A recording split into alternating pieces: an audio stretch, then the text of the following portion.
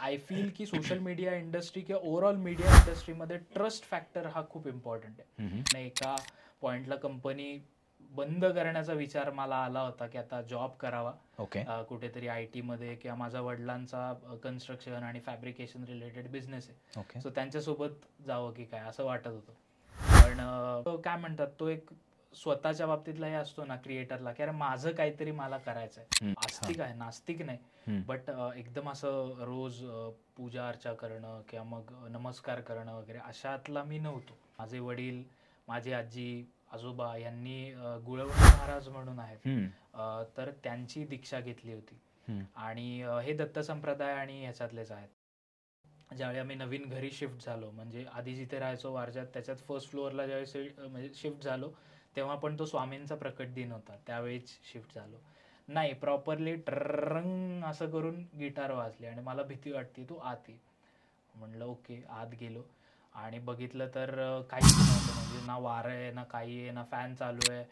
Comments हा सगळ्यात एक आपल्याला जे पॉडकास्ट करतात किंवा जे क्रिएटर्स आहेत यांच्यासाठी एक काय म्हणतात एक बून येतो, की त्याच्या थ्रू तुम्ही फीडबॅक घेऊ शकता की लोकांना काय आवडतंय काय नाही आवडतंय.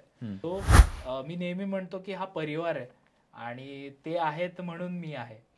अनफॉर्च्युनेटली आध्यात्मिक क्षेत्रात आता खूप फेक काय म्हणतात आणि हे खूप वाढत चाललेले आहेत आणि असे अनुभव मला सुद्धा आलेले आहेत. आणि गेस्ट बोलका किंवा म्हणजे बोलका असेल नसेल याच्यापेक्षा तुम्ही किती त्याला बोलकं करू शकताय, कम्फर्टेबल करू शकताय, सो हे पण मॅटर करतं.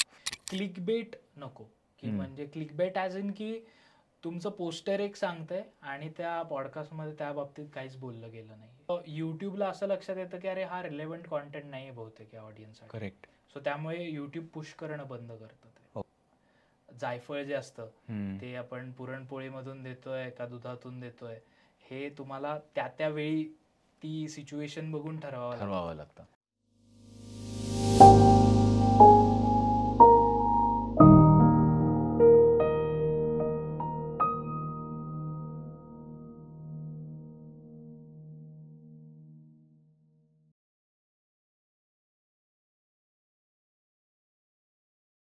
हाय, हॅलो, नमस्कार, वेलकम बॅक टू इनोटॉक्स.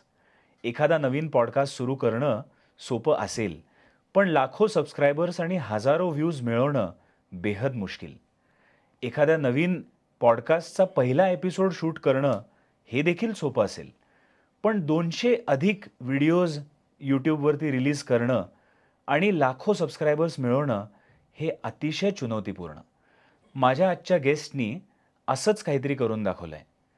200 पेक्षा अधिक व्हिडिओज, लाखो सबस्क्रायबर्स आणि हजारोंच्या संख्येने असलेल्या कम्युनिटीचं प्रेम हे देखील त्यांनी मिळवलं आहे. इतकंच नव्हे तर 26व्या वर्षी अध्यात्म किंवा स्पिरिच्युअलिटी हा विषय निवडून त्याच्यावरती कॉस्मोस्टार मीडिया या नावाचं यूट्यूब चॅनल देखील उभं केलं आहे.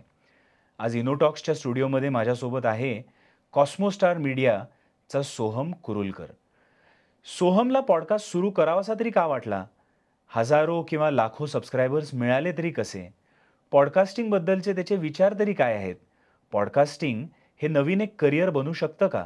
अशा अनेक प्रश्नांवरती आज आम्ही चर्चा करणार आहोत. तर हा एपिसोड तुम्ही शेवटपर्यंत पाहायला विसरू नका. आणि हो, आजवर तुम्ही इनोटॉक्सच्या यूट्यूब चॅनलला सबस्क्राईब केलं नसेल तर सबस्क्राईब नक्की आत्ताच करा. तुम्ही सबस्क्राईब केलं की एखादा नवीन व्हिडिओ आला की तुम्हाला त्याचं नोटिफिकेशन लगेच मिळेल आणि आम्हालाही नवीन नवीन एपिसोड्स तुमच्यासमोर आणण्याचं प्रोत्साहन देखील मिळेल. So let's get into it.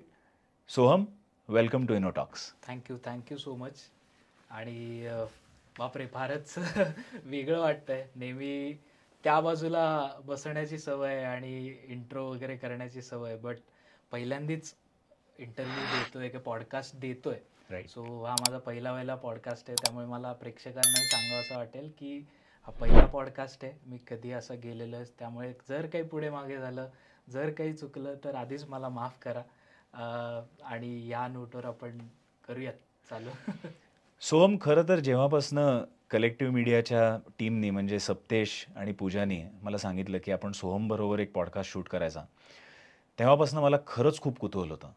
आणि कुतूहल फक्त सोहम आहे म्हणून असं नाही, तो तुझं कॉस्मोस्टारवरचं काम पाहिलंय आणि त्यावरती तू जे एपिसोड्स शूट केलेलेस ते बघितलेले आहेत. हम्म. आणि तेव्हापासून वाटत राहिलं की अरे ह्या स्पिरिच्युअलिटी अशा निशमध्ये लाखो सबस्क्रायबर्स मिळाले तरी कसे असतील. पण आपण त्या प्रश्नावरती येऊ. येस. पण मला अशी जाणून घ्यायची इच्छा आहे की आमच्या सगळ्या व्ह्युअर्ससाठी अगदी सुरुवातीपासून सांग ना की तुझा लहानपणापासूनचा प्रवास कसा होता, काय इन्फ्लुएन्सेस होते आणि कॉस्मोस स्टार मीडियाचं यूट्यूब चॅनल स्टार्ट करण्यामागे तुझी प्रेरणा काय होती? ओके. पहिल्यांदा म्हणजे माझा जन्म जो आहे तो पुण्यातलाच. आता मी पुणेकर आहे, पण माझं होमटाऊन जे आहे ते पंढरपूरच्या इथे करकम नावाचं गाव आहे. ओके. सो ते माझं होमटाऊन. सो स्पिरिच्युअलिटी एक आपण जर म्हणलं तर तसा एक बॅकिंग तिथून होतच. शाळा मराठी मीडियम, विमलाबाई गरवारे हायस्कूल, आणि त्याच्यानंतर मी कॉमर्स बॅकग्राऊंडमधून ग्रॅज्युएशन केलं, बी.कॉम केलं. आणि त्याच्यानंतर काहीतरी वेगळं करायचं आहे, मीडियामध्ये काहीतरी करायचं आहे एवढं मात्र नक्की होतं, पण काय करायचं हे माहिती नव्हतं. सो त्याच्यानंतर मी एक फिटनेस टॉक्स इंडिया नावाची एक कंपनी आहे, ज्याच्यामध्ये अर्थातच सगळे ओळखत असतील प्रणित शिळीमकर म्हणून. हो, प्रणितला ओळखतो मी. येस. सो त्याच्यासोबत मी काम करायला लागलो. तिथे मी ॲज अ सेल्स पर्सन म्हणून लागलो. आणि तिथे मग पहिले काय म्हणतात बिझनेसचे धडे मला तिथे मिळाले. आणि आय एम सो ग्रेटफुल की मी तिथे गेल्यापासून मला बऱ्याच गोष्टी शिकायला मिळाल्या. मी प्रणित सोबतच कायम असायचो. आणि त्याच्यानंतर एक वर्ष तिथे काम केलं. त्याच्यानंतर मग मला मास्टर्स करायचं होतं माझं मास कम्युनिकेशन आणि जर्नालिझममध्ये. सो ते केलं. आणि त्याच्यानंतर मग माझी कंपनी चालू केली कॉस्मोस स्टार मीडिया नावाने 2019 मध्ये.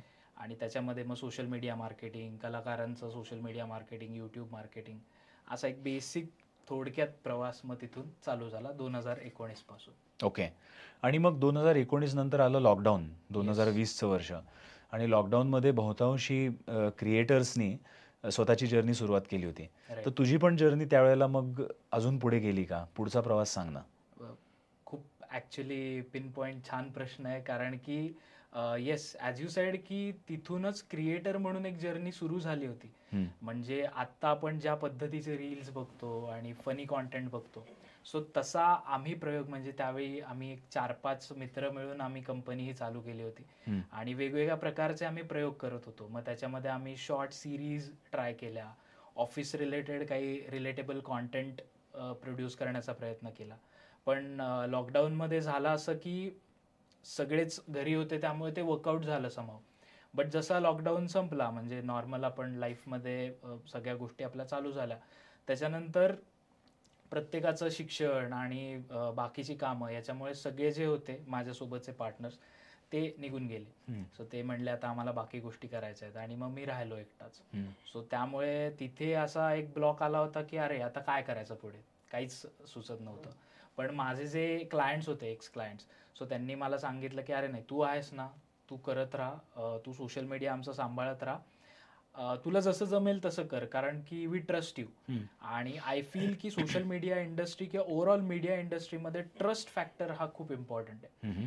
तुमचं काम थोडंसं कधीतरी चुकू शकतं, डिले होऊ शकतो, 19-20 होऊ शकतं, बट ट्रस्ट जो आहे हा जर तुम्ही मेंटेन ठेवला किंवा तो ट्रस्ट फॅक्टर प्रत्येक क्लायंटसोबत, प्रत्येक तुमच्या एम्प्लॉईसोबत पण ठेवला, तर तुम्ही खूप पुढे जाऊ शकता. सो असे लॉकडाऊनमध्ये हे चॅलेंजेस आले आणि पूर्ण एका पॉइंटला कंपनी बंद करण्याचा विचार मला आला होता की आता जॉब करावा कुठेतरी IT मध्ये, किंवा माझ्या वडिलांचा कन्स्ट्रक्शन आणि फॅब्रिकेशन रिलेटेड बिझनेस आहे, सो त्यांच्यासोबत जावं की काय असं वाटत होतं. पण अर्थातच मी आभार मानेन त्या क्लायंट्सचे की त्यांच्यामुळे मला एक प्रेरणा मिळाली आणि तिथून पुढे मग मी परत कॉस्मो स्टार चालू केलं. राईट. मग कॉस्मो स्टारचा पहिला व्हिडिओ किंवा पहिला पॉडकास्ट, त्याचे काय मेमरीज आहेत, तो कसा झाला? ओके. सो कॉस्मो स्टार सुरू करायचं, म्हणजे पॉडकास्ट सुरू करायचं, हा मी 2023च्या एंडला माझं ट्रायल अँड एरर चालू होतं की काहीतरी वेगळं करायचं आहे आता मला.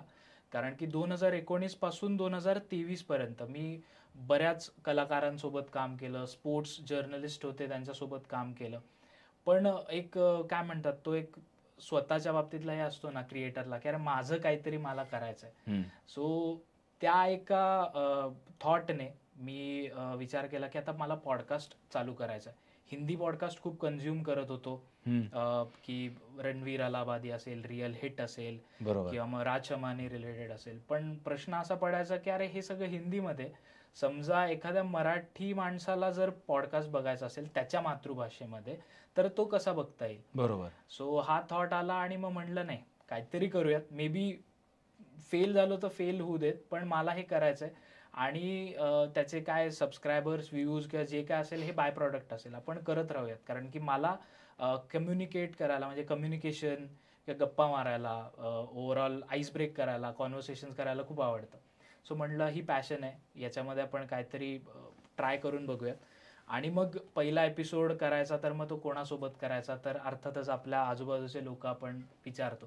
त्याच्यामध्ये एक मयुरेश डंके नावाचे सायकोलॉजिस्ट आहेत. ओके.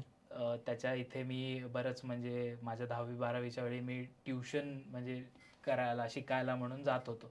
त्यालाच विचारलं की अरे दादा तू येशील का, असं मी काहीतरी करतोय. तो म्हणला अरे जरूर, काही प्रॉब्लेम नाही, तू काहीतरी करतोयस, मी तुझ्यासोबत आहे.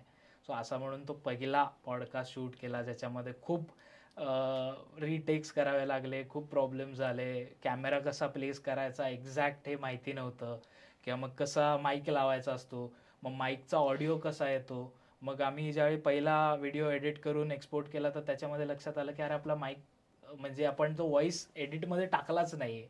सो अशा बऱ्याचशा गमती जमती झाल्या आणि मग एक फायनल प्रॉडक्ट तयार झालं.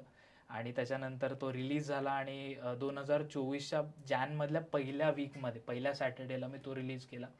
कारण की पॉडकास्ट रिलीज करायच्या आधी हे मी ठरवलं होतं की मला हे कुठेही याला ब्रेक नाही द्यायचा. सो मला ती कन्सिस्टन्सी पाहिजे होती.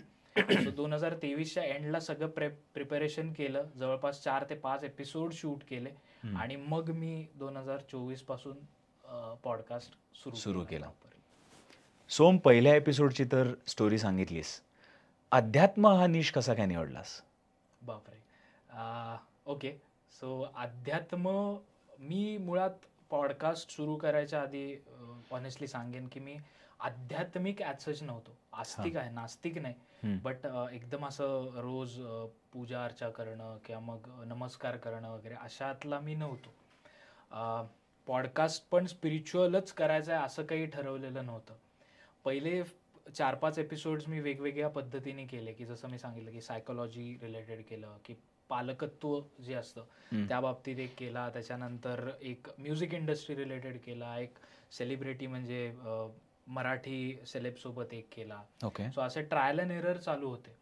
त्याच्यामध्ये माझी एक फ्रेंड आहे कल्याणी पै म्हणून. सो ती म्हणली की तुला प्राणिक हिलिंग नावाची एक कॉन्सेप्ट आहे, ही एक्सप्लोअर करायला आवडेल का तुझ्या पॉडकास्टवर, कारण की हे आत्तापर्यंत मराठीत असं कमी पॉडकास्ट आहेत, कमी व्हिडिओज आहेत. सो म्हटलं ठीक आहे, करून बघूयात. आणि ते करून बघितल्यानंतर लोकांना तशा प्रकारचा कॉन्टेंट खूप आवडायला लागला. कारण की आत्तापर्यंत रेकी, प्राणिक हिलिंग, त्याच्यानंतर आकाशिक रेकॉर्ड्स हे हिंदीमध्ये खूप कन्झ्युम केलं जात होतं आणि लोकांना बघायला आवडायचं. पण हेच ज्यावेळी मग मराठीत लोकांना बघायला मिळालं, आणि मला आठवतं की ज्यावेळी मी पहिल्यांदा लाईव्ह गेलो होतो चॅनलवरून, त्यावेळी मला लोकांनी आवर्जून सांगितलं होतं की प्लीज तू हेच कंटिन्यू कर. आम्हाला स्पिरिच्युअलिटी, स्वामी समर्थ, आपले संत जे होऊन गेले त्यांच्या बाबतीतले पॉडकास्ट किंवा हिस्ट्री रिलेटेड थोडे महाराजांविषयींचे पॉडकास्ट हे आम्हाला ऐकायला बघायला आवडतील. सो आम्हाला ज्या म्हणजे बाकी जो कॉन्टेंट आहे, तू जो हेल्थ रिलेटेड, सायकोलॉजी, सेलिब्रिटी, हे आम्हाला बाकी ठिकाणी मिळतंच आहे कन्झ्युम करायला, आणि ते सेमच होतंय. सो इन्स्टेड ऑफ दॅट तू प्लीज हे कंटिन्यू कर, कारण ह्या बाबतीत मराठीत त्यावेळी असं काहीच झालेलं नव्हतं. सो मग तिथून मी ठरवलं की ओके, आपल्याला स्पिरिच्युअलिटी, ऑकल्ट आणि हिस्ट्री हे सोडून आपल्याला काही नाही करायचंय. म्हणजे अर्थातच थोडा सक्सेस म्हणण्यापेक्षा थोडे प्रवासात पुढे गेल्यानंतर असे वेगवेगळ्या प्रकारचे लोक भेटले की ज्याच्यामध्ये त्यांनी सांगितलं की आम्हाला अशा पद्धतीचा पॉडकास्ट करायचा आहे की ज्याच्यामध्ये शेअर मार्केट असेल किंवा मग फायनान्स रिलेटेड असेल. बट कितीही काही म्हणलं, त्यांचे कितीही चांगले फॉलोअर्स किंवा सबस्क्रायबर्स असले तरी पण एक निश ठरवला होता, जो की आपण पुढे बोलूयातच की पॉडकास्टसाठी तो खूप इम्पॉर्टंट असतो. सो त्यामुळे मी त्यांना नाही म्हणणं हे जास्त प्रेफर केलं, कारण की लोकांना काय पाहिजे that is more important rather than की लोक आपल्याला अप्रोच होऊन त्यांना म्हणायचं की मला पॉडकास्टमध्ये तुम्ही फीचर करा. त्यामुळे जे लोक म्हणतील ह्याचंच मी फॉलो केलंय नेहमी. त्यांचे सजेशन्स त्यांनी कधी कधी माझे कान पण पकडलेत की हे आम्हाला आवडलेलं नाहीये तुम्ही जे काय केलेलं. सो ते पण ऍक्सेप्ट केलेलं आहे, ती पण चूक मान्य केली आणि तशा प्रकारे पुढे गेले. म्हणजे व्ह्युअर फीडबॅक राईट. याला तू बरंच इम्पॉर्टन्स दिलास पहिल्यापासूनच. करेक्ट. आणि तिथूनच तो अध्यात्म हा निश कदाचित आला. अगदी बरोबर. आता मी तुझे पॉडकास्ट बघत होतो, एपिसोड्स बघत होतो, आणि स्पिरिच्युअलिटीमध्ये सुद्धा स्वामी समर्थ या विषयावरती मला भरपूर स्पीकर्स दिसले. म्हणजे वैरागी दादा असो किंवा पिळगावकरजी असो किंवा शेखर साने असो, आणि अजूनही मला वाटतं 1-2 गेस्टनं तू स्वामी समर्थ या विषयाबद्दल त्यांची मुलाखत घेतलीस किंवा तो विषय एक्सप्लोअर केलायस. करेक्ट. तर तुझे काही स्वतःचे एक्सपिरियन्सेस आहेत का स्वामी समर्थांबाबतीत, आणि स्वामी समर्थ हा विषय तुला किती जवळचा आहे किंवा तो कसा तू कव्हर केलास कॉस्मोस स्टारवर, याबद्दल सांग ना थोडं. ओके.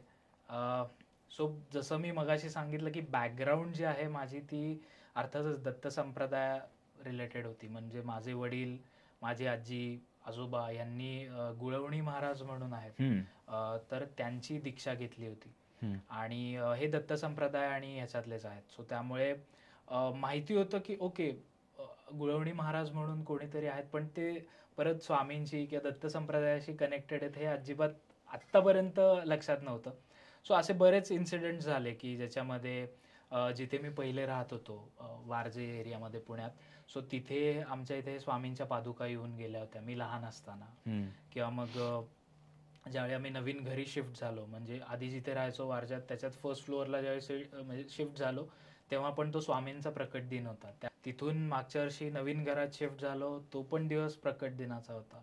सो असं काही ठरवून नव्हतं केलं, बट ते घडत होतं. आणि अर्थातच जे स्वामी भक्त आहेत त्यांना माहिती आहे की ज्यावेळी तुमचा कठीण काळ असतो त्यावेळी स्वामी तुमचा हात पकडतात, आणि तो एकदा त्यांनी पकडला की ते मग सोडत नाहीत. आणि काहीसं माझं सुद्धा तसंच झालं की पॉडकास्ट सुरू करायच्या आधी माझ्या लाईफमध्ये खूप अप्स अँड डाऊन्स चालू होते, पर्सनल इश्यूज चालू होते.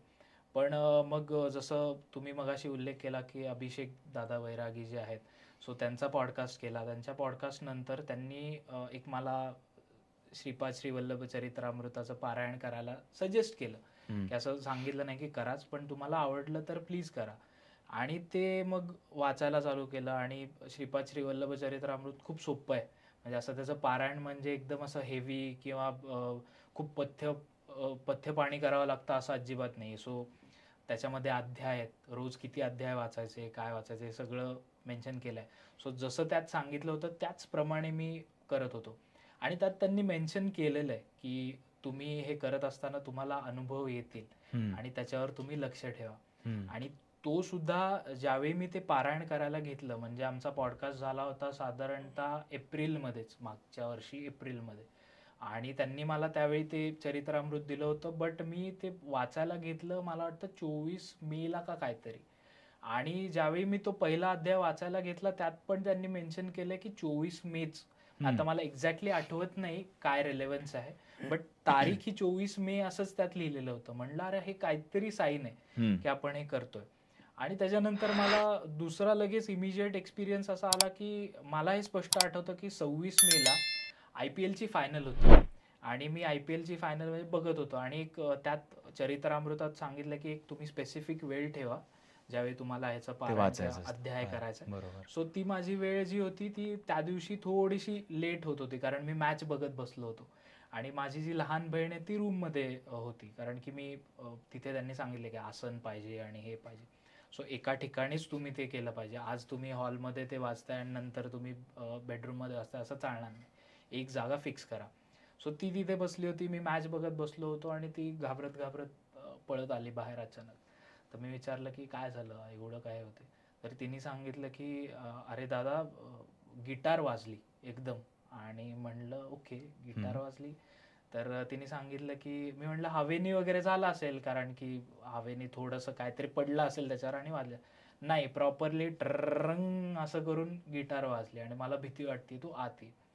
म्हणलं ओके. आत गेलो आणि बघितलं तर काहीच नव्हतं, म्हणजे ना वारं आहे ना काही आहे ना फॅन चालू आहे किंवा असं काहीच तिथे प्रसंग नव्हता की काहीतरी पडून ती वाजू शकते. मला कुठेतरी रिअलाइज झालं की ओके हे आपण जे वाचतोय त्यांनी त्यात सांगितलंय की श्रीपाद श्री वल्लभांचं सूक्ष्म शरीराने ते तिथे असतात तुम्ही तुम्ही ज्यावेळी ते पारायण करत असता तेव्हा. आणि ते झालं. त्याच्यानंतर त्याच्याच दुसऱ्या दिवशी असं की सेम मी वाचत होतो. वाचत असताना एक आपला जो बेडच्या साईडचा जो लॅम्प असतो तो ठण ठण ठण करत आपटायला लागला ह्याच्यावर वॉलवर. आणि मी परत बघतोय की काय म्हणजे वारं नाहीये, काही नाहीये, आणि एवढा का जोर जोरात तो आपटतोय. अर्थात परत मी विचार केला की नाही, हा कोइन्सिडन्स सारखा नाही म्हणू शकत. हे अर्थातच काहीतरी स्वामींच्या मनात किंवा श्रीपाद श्री वल्लभांच्या मनात असेल. सो त्यामुळे ते तसं घडत गेलं. असे बरेचसे खरं तर अनुभव आहेत स्वामींच्या बाबतीतले सुद्धा, ज्याच्यामध्ये मी पहिल्यांदी गाडी ज्यावेळी घेतली, कार. सो त्यावेळी मला अक्कलकोटला जायचं होतं आणि अक्कलकोटला गेलो, रात्रीच्या वेळी गेलो आणि मी 2 दिवस राहणार हे ठरवलं होतं. पण तिथली एक जी म्हणजे मी जिथे थांबलो होतो तिथली व्यवस्था आणि हायजीन बघून मला खूपच कसं तरी झालं. आणि मी आदल्या दिवशी रात्री गेलो होतो, तिथे नमस्कार केला, वटवृक्ष मंदिरात गेलो आणि मला ते सहन नाही झालं ज्या प्रकारे तिथली सोय होती आणि हायजीन होतं. सो मी स्वामींना म्हणलं की तुमच्यासाठी म्हणून मी इथे आलो होतो गाडी दाखवायला आणि मला इथे थांबायचं होतं, पण तुम्ही इथे थांबू नाही दिलत मला नाही, मी इथे शक्य होते थांबणं, मी जातो असं म्हणून मी दुसऱ्या दिवशी पहाटे निघून आलो परत पुण्याला. आणि मला आश्चर्याचा धक्का बसला की नंतर रिअलाइज झाल्यानंतर की 4 महिन्यांनी पूजा आणि सप्तेश जे आहेत द कलेक्टिव्ह मीडियाचे, सो आमचा एक परिचय झाला. आणि त्याच्यानंतर अक्कलकोटचे जे राजे आहेत, मालोजी राजे तिसरे, सो मला कामानिमित्त तिथे जायचं होतं आणि मी तिथे चाललो होतो अक्कलकोटला अगेन. आणि माझं काही ठरलं नव्हतं की कुठे थांबायचं आहे, काय करायचं आहे. आणि मला पूजा यांचा कॉल आला की अरे राजेंनी सांगितलं की तू त्यांच्यासोबतच थांबायचं आहे, म्हणजे ते पॅलेसमध्ये त्यांनी तुझी सोय केलेली आहे. म्हटलं ओके. त्यावेळी काही रिअलाइज नाही झालं आणि तिथे थांबलो. आणि त्याच्यानंतर दुसऱ्या दिवशी माझं दर्शन झालं. म्हणजे त्यावेळी जो वेळ लागला होता की 1 तास 1.5 तास लागला होता, हार्डली 15 मिनिटात माझं सगळं पूर्ण अक्कलकोट फिरून झालं, सगळ्या मंदिरांचं दर्शन झालं. आणि मग असं झालं की एक थॉट आला की अरे आपण 4 महिने आधी असं बोललो होतो स्वामींना, आणि स्वामींनी त्यावेळी अशी हायजीन आणि ह्याच्यात आपण राहिलो होतो अनहायजेनिक ठिकाणी, आणि डिरेक्टली स्वामींनी आपली सोय राजेंच्या पॅलेसमध्ये केली. सो हे काहीतरी वेगळं आहे. म्हणजे स्वामींचा एक काय म्हणतात, भिवू नको मी तुझ्या पाठीशी आहे. सो ते खरंच पाठीशी आहेत आणि आपल्याला ते बघतायत की आपण काय करतोय काय नाही. सो बरोबर अनुभव आले. मग असेच ते सगळे गेस्ट्स पण ऑटोमॅटिक जोडले गेले कॉस्मोस्टार मीडियाच्या एपिसोड्सला. फारच फॅसिनेटिंग होतं. म्हणजे शेवटचा जो राजवाड्यात राहण्याचा जो प्रसंग सांगितलास, अक्षरशः म्हणजे त्या स्वामी तत्वांनी राजेशाही थाटात तुला तिथे परत अक्कलकोटला नेलं आणि एकदम सुखरूपपणे तुला तिथे नुसतं राहायला जागा नाही दिली, तर त्याच्यानंतर कॉस्मोस्टार मीडियामध्ये जे गेस्ट्स पण जोडून दिले त्याच्याने सुद्धा त्यांनी एक्सपिरियन्सेस पुढे ते देत गेले. 100%. तर आपण आता पॉडकास्ट बिल्ड करण्याच्या प्रोसेसमध्ये थोडंसं चेंज ट्रॅक करूयात. चालेल. पहिला प्रश्न असा होता की कॉस्मोस्टार मीडियाच्या ऑडियन्सला कुठला कॉन्टेंट आवडतो हे कसं तू समजून घेतलंस? मग कधी त्यांचा फीडबॅक घेतलास, कधी काही डेटा बघितलास यूट्यूब स्टुडिओने दिलेल्या, का अजून काही मेट्रिक्स बघितले, त्याबद्दल सांगू शकशील का?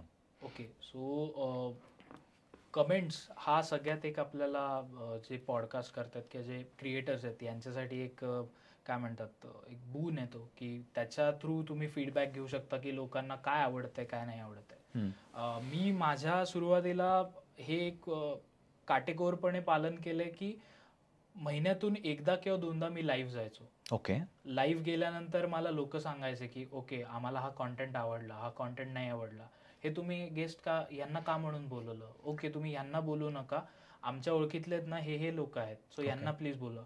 आणि मी याचा यूज सुद्धा एका चांगल्या अर्थी केला की मी त्यांनाच म्हणायचो की जे सबस्क्रायबर्स असतील की अर्थातच माझी काही आध्यात्मिक बैठक किंवा अशी प्रॉपर नसल्यामुळे मी ह्या लोकांना ओळखत नव्हतो की यांच्यापर्यंत पोहोचायचं कसं हे माहिती नव्हतं. जे गेस्ट म्हणजे गेस्ट जे तू बोलवणार होतास इव्हेंच्युअली. सो मी त्यांनाच म्हणायचो की तुमच्याकडे काही कॉन्टॅक्ट असेल तर प्लीज मला पाठवाल का, हा माझा ईमेल आयडी आहे, तुम्ही मला पाठवा, मी त्यांच्याशी बोलतो आणि मग तुम्हाला कळवेन. मी असं नाही कधी केलं की कुठल्याही म्हणजे सबस्क्रायबरनी मला नंबर पाठवलाय किंवा कॉन्टॅक्ट पाठवलाय, मी त्यांना कॉन्टॅक्ट केलाय आणि त्याच्यानंतर त्या सबस्क्रायबरला काही कॉन्टॅक्टच नाही ठेवला. बरोबर. मी प्रत्येक त्या कॉन्व्हर्सेशन मध्ये किंवा प्रत्येक त्या इंटरॅक्शन मध्ये त्यांना इन्व्हॉल्व्ह करायचो की ओके म्हणजे ताई मी यांच्याशी बोललोय बरं का, यांनी मला असं असं सांगितलेलं आहे. सो त्यांना पण मग वाटायला लागलं की अरे नाही, हा नुसतंच आपलं करायचं म्हणून नाही करत आहे, खरंच इंटरेस्टनी करतोय आणि ह्याला सबस्क्रायबर सुद्धा तेवढेच महत्वाचे आहेत, नुसते व्ह्यूज किंवा ह्या गोष्टींशी हा निगडीत नाहीये. बरोबर. याला कनेक्ट व्हायला आवडते लोकांना. आणि अजून सुद्धा मी माझा प्रत्येक लाईव्ह मध्ये ईमेल आयडी आणि बाकी टीम मेंबर्सचे नंबर्स देतो किंवा इन्स्टाला मेसेज करा म्हणतो.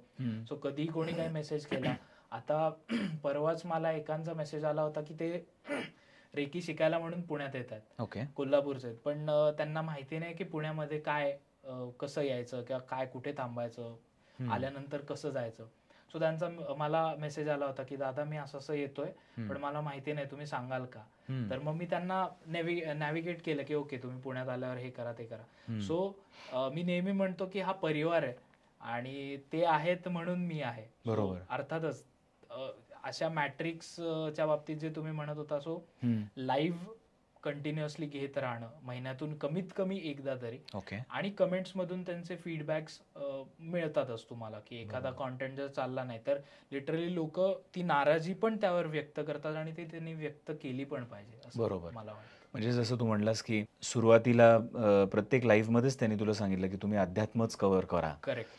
आणि कॉमेंट्समध्ये देखील ते सांगत राहिले गेस्ट्स तुझे किंवा व्ह्युअर्स तुझे की ह्या प्रकारचं कॉन्टेंट करा अथवा करू नका. बरोबर. सो तिथनं तू तो पल्स पकडलास की कॉस्मो स्टारवरती कुठल्या प्रकारचं कॉन्टेंट आणायला पाहिजे. पण हे सगळं होत असताना जसं तू म्हणलास की तुझ्या व्ह्युअर्सनी कुठल्या गेस्ट्सना तू इंटरव्ह्यू करावं हे पण ते सांगत गेले. आणि आय एम शुअर की अनेक गेस्ट्सनी तुला ईमेलवरती सुद्धा अप्रोच केलं असेल की आम्हालाही तुमच्या पॉडकास्टवरती यायचं आहे फॉर व्हेरियस रिझन्स. तर माझा पुढचा प्रश्न असा होता की गेस्ट्स तुझ्याकडे अप्रोच झाले की कुठल्या गेस्ट्सना कॉस्मोस्टारच्या यूट्यूब चॅनलवरती त्यांचा इंटरव्ह्यू घ्यायचा हे तू कसं ठरवतोस? कारण की जसं म्हणजे आपल्या व्ह्युअर्सनी दिलेलं मत त्याचा रिस्पेक्ट ठेवणं गरजेचं आहे, तितकंच सगळ्या व्ह्युअर्सला एंगेजमेंट देणं आणि चॅनलची एंगेजमेंट पण राखून ठेवणं हेही तितकंच महत्त्वाचं आहे. मग तो बॅलन्स तू कसा साधतोस?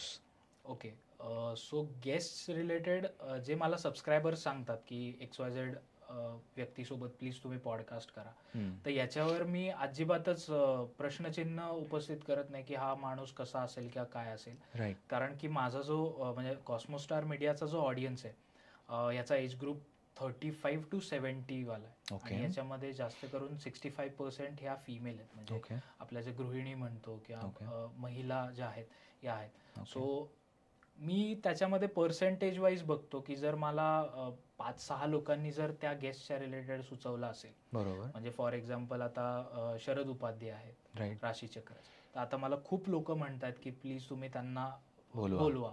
तर मग आता मला लक्षात आलं की ओके लोकांना आता हे बघायचंय, कंटाळा आलाय कुठल्या तरी वेगळ्या कॉन्टेंटचा, त्यांना कंटाळा आला असेल. सो त्याच्यामुळे मग मी आता अप्रोच केलेला आहे शरद उपाध्यांना. सो असं एक व्यक्ती म्हणली काय किंवा 4 व्यक्ती म्हणल्या काय, मी असं नाही करत की ही एक व्यक्ती म्हणजे यांचा इम्पॉर्टन्स नाहीये.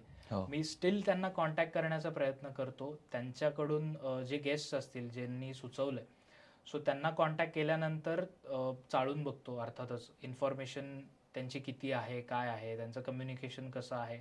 कारण की अनफॉर्च्युनेटली आध्यात्मिक क्षेत्रात आता खूप फेक काय म्हणतात आणि हे खूप वाढत चाललेले आहेत. आणि असे अनुभव मला सुद्धा आलेले आहेत की ज्यांचं काही नसताना सुद्धा ते आपलं स्वतःला काहीतरी बाबा म्हणून आम्हाला तुमच्या पॉडकास्टवर यायचं आहे, हे करायचंय ते करायचंय. सो मी 99% ऑथेंटिक लोक आणण्याचा प्रयत्न करतो. कारण की अर्थातच त्या 1 लाख ऑडियन्सचा माझ्यावर विश्वास आहे आणि त्याच्यामुळे ते बघताय. बरोबर. सो कुठेही मला त्यांच्या विश्वासाला तडा जाऊ द्यायचा नाही. सो त्यामुळे एका व्यक्तीने जरी मला अप्रोच केला आणि त्यांनी सांगितलं की XYZ नावाच्या व्यक्तीचा तुम्ही पॉडकास्ट घ्या, तर अर्थातच मी त्याची दखल घेतो आणि त्यांना कॉन्टॅक्ट करण्याचा प्रयत्न करतो.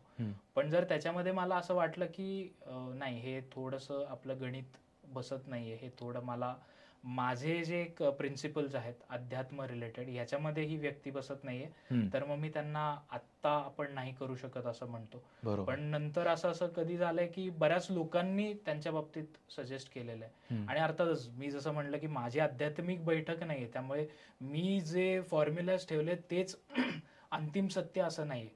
सो लोकांनी सांगितल्यानंतर मग माझ्याही नॉलेजमध्ये तशी भर पडत गेली आणि मी तसे गेस्ट मग बोलवत गेलास. पण मग या प्रवासामध्ये कधी गेस्टना जेव्हा त्यावेळेला नाही म्हणावं लागतं, तर ते अवघड जातं का? नाही, अर्थातच नाही. मी का that is more of a practical decision की येस चॅनलची एंगेजमेंट? मी प्रॅक्टिकल म्हणजे मॅट्रिक्स रिलेटेड बोलण्यापेक्षा मी त्यांना माझे जे पॉईंट ऑफ व्ह्यूज आहेत हे मी क्लिअरली कम्युनिकेट करतो की मला जे एक्सपेक्टेड आहे त्या गोष्टी त्यात मला दिसत नाहीयेत, किंवा मला ते नॉलेज लोकांना पटकन कनेक्ट होईल असं वाटत नाहीये. सो त्यामुळे आत्ता मला पॉसिबल नाहीये. सो इन्स्टेड ऑफ व्ह्यूज आणि हे करण्यापेक्षा, कारण की व्ह्यूज आणि सबस्क्रायबर्स किती मिळतील हे माझ्यासाठी सेकंडरी. आधी लोकांना काय हवंय आणि लोक का म्हणून त्या गेस्टला बोलवायचं म्हणतायत, हे जास्त इम्पॉर्टंट आहे. बरोबर. सो त्या पॉइंट ऑफ व्ह्यूनीच पहिल्यापासून आतापर्यंत मी ते विजन ठेवलेलं. मस्त. सो एकदा गेस्ट फायनलाइज केला की त्या गेस्ट बाबतीतचा रिसर्च म्हणजे एपिसोड शूट करण्याच्या आधी तू कसा करतोस? प्रश्न कसे ठरवतोस? ओके, सो पहिले ज्यावेळी आमचं कॉन्व्हर्सेशन होतं गेस्ट सोबत, सो त्याच्यामध्ये बऱ्याचशा गोष्टी लक्षात येतात की आपल्याला कशा रिलेटेड आता पॉडकास्ट करायचा आहे.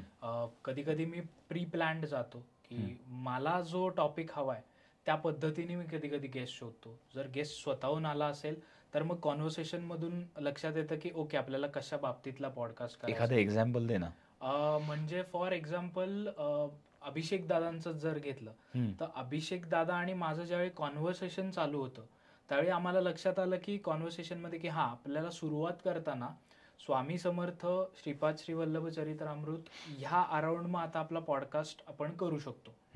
कारण की डिरेक्टली मी त्यांना भेटायला गेलोय आणि माझी कॉन्सेप्ट अशी काही क्लिअर नव्हती की स्वामींचाच पॉडकास्ट करायचा आहे. कारण की ज्यावेळी तुम्ही गेस्टशी बोलायला लागता, त्यांची इन्फॉर्मेशन, त्यांचं नॉलेज ज्यावेळी तुम्हाला कळायला लागतं त्यावेळी आता बिंग काय म्हणतात मार्केटिंग वाला माणूस, त्यामुळे लक्षात येतं की ओके, हा पॉइंट आहे, हा लोकांना आवडू शकतो, किंवा याच्या अराउंड आपण काहीतरी रिव्हॉल्विंग तसा पॉडकास्ट ठेवू शकतो.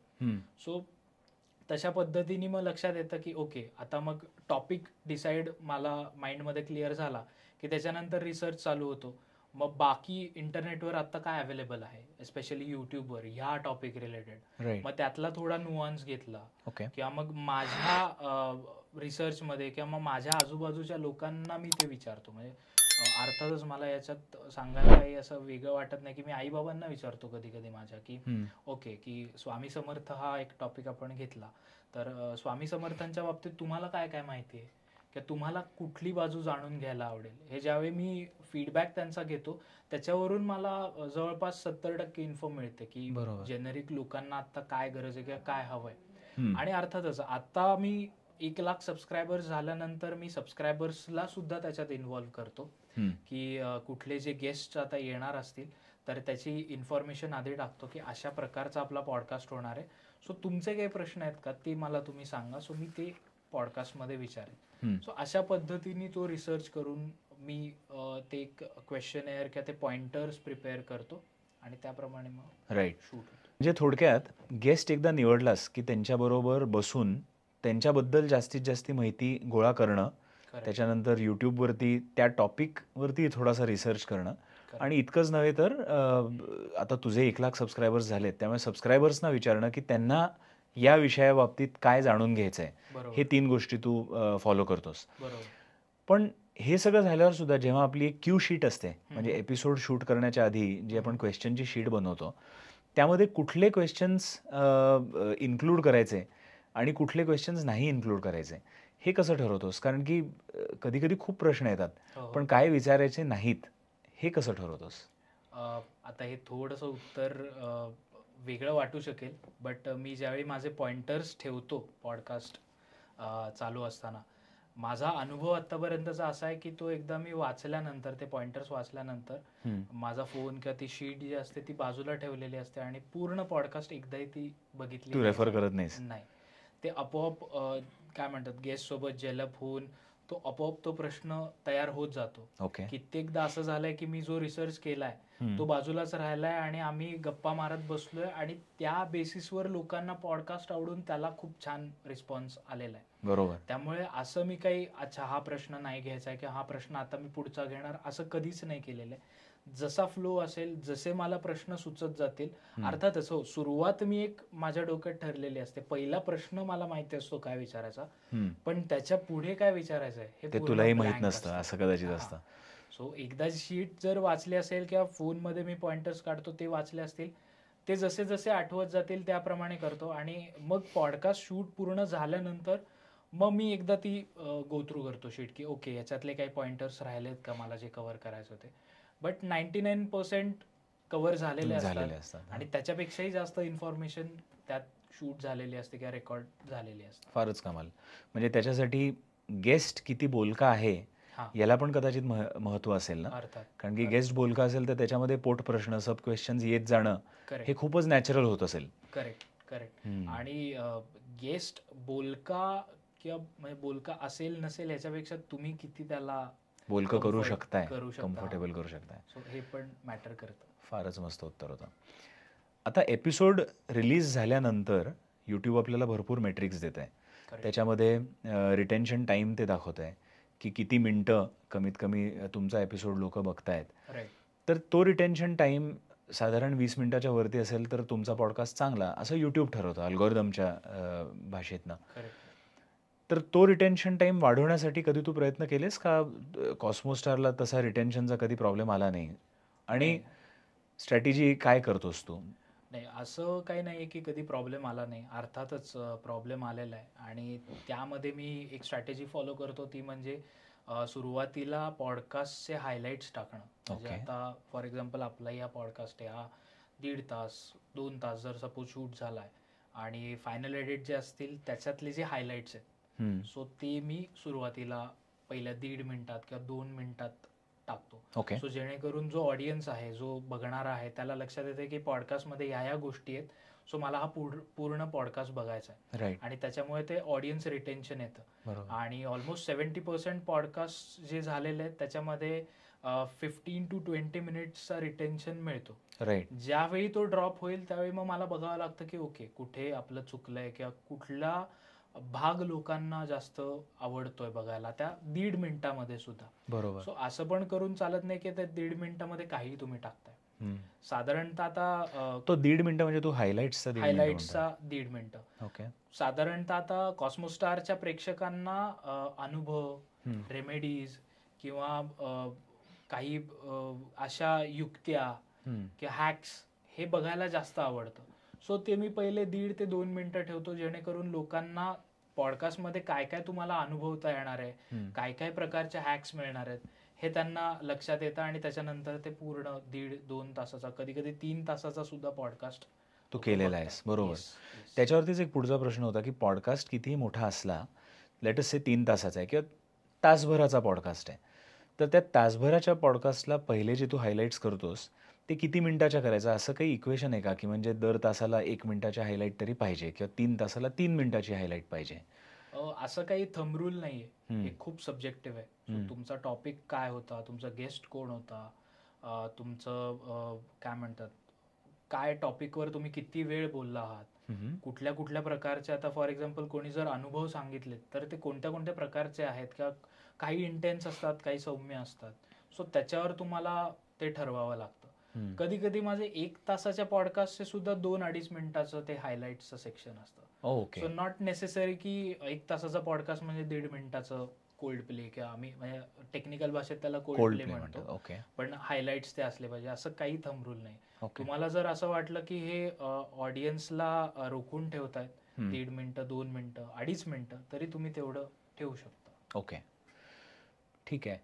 मग एखादा एपिसोड आता रिलीज झाला की त्याच्यावरती सगळे मेट्रिक्स यायला लागतात, बरोबर. नंबर ऑफ व्ह्यूज येतात, पहिल्या तासामध्ये किती व्ह्यूज आले ते यूट्यूब सांगतं, किंवा रिटेन्शन टाइम जसं आपण म्हणलो ते सांगतं. राईट अजून एक मेट्रिक देतं ते क्लिक थ्रू रेटचं देतं, राईट. की किती % लोक आले आणि किती क्लिक थ्रू करतायत.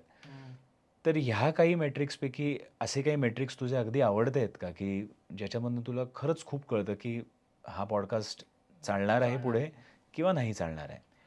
अर्थात जे तुम्ही आता मेन्शन केलं की क्लिक थ्रू रेशो, ज्याला टेक्निकल याच्यात CTR म्हणतो, सो हा खूप इम्पॉर्टंट आहे. कारण की त्याच्यावरून तुमचा पॉडकास्ट लोक टॅप करणार, बघणार की नाही हे सगळं ठरवलं जातं.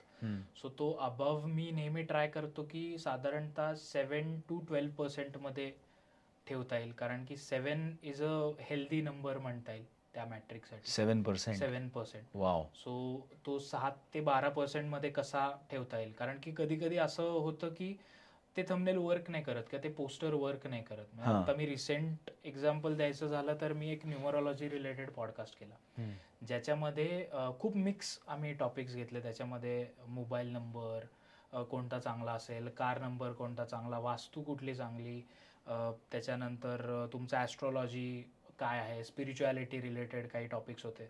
सो मला आयडियली वाटत होतं की ओके, कारचा नंबर कुठला लकी आहे तुमच्यासाठी आणि फोन नंबर कोणता लकी आहे, हे जर पोस्टर मी ठेवलं तर लोकांना ते आवडेल. आणि लक्षात आलं की 2 ते 3 तासामध्ये त्याला नेहमी जेवढा एंगेजमेंट मिळते, जेवढं लोक कमेंट्स करतात किंवा विचारतात प्रश्न, हे असं अजिबातच काही आलेलं नाही. तो अगदी म्हणजे मी 1 to 10 जर रँक करायचं म्हटलं तर तो त्या दिवशी 3 तासानंतर 8व्या-9व्या नंबरला रँक करत होता. मग मला लक्षात आलं की याचा क्लिक थ्रू रेशो पण अगदीच म्हणजे 5, 4.5 वर येतोय. सो काहीतरी याच्यात आता आपल्याला चेंज करावा लागेल. कारण की पॉडकास्ट अर्थातच चांगला झाला होता. मग त्याच्यामध्ये एक सेक्शन असा होता पॉडकास्टमध्ये ज्याच्यात असं सांगितलं होतं, आमची चर्चा झाली होती की सणांच्याच दिवशी आपल्या घरामध्ये भांडणं का होतात. हो. सो मग मला वाटलं की ओके, हे रिलेटेबल आहे आणि हे प्रत्येकाच्या घरी होत असणार आहे. माझी याच्यात ही चूक झाली की मी अशा पद्धतीने गेलो की अरे प्रत्येक जणच कार घेईल, प्रत्येक जणच फोन नंबर चेंज करण्याचा बघेल. सो प्रॅक्टिकली हे पॉसिबल नाही, प्रत्येक जणच कार घेऊ शकेल असं नसतं. पण हा, भांडणं आणि सणांच्या दिवशी भांडणं हे प्रत्येकाच्या घरी होऊ शकतं. बरोबर. सो मग मी तो पोस्टर डिझाईन केला, त्याप्रमाणे डिझाईन केला आणि तो टाकला, अपडेट केला. आणि आता या क्षणापर्यंत जरी आपण चेक केलं तरी तो आता रँक 1ला फीचर करतो. सो म्हणजे क्लिक थ्रू रेट आणि जी आपण थंबनेल केलेली आहे, डिझाईन केलेली आहे, त्याला प्रचंड जास्ती महत्व आहे. येस. पण ह्याच्यामध्ये पण मला एक पॉइंट मांडावसा वाटेल की क्लिकबेट नको.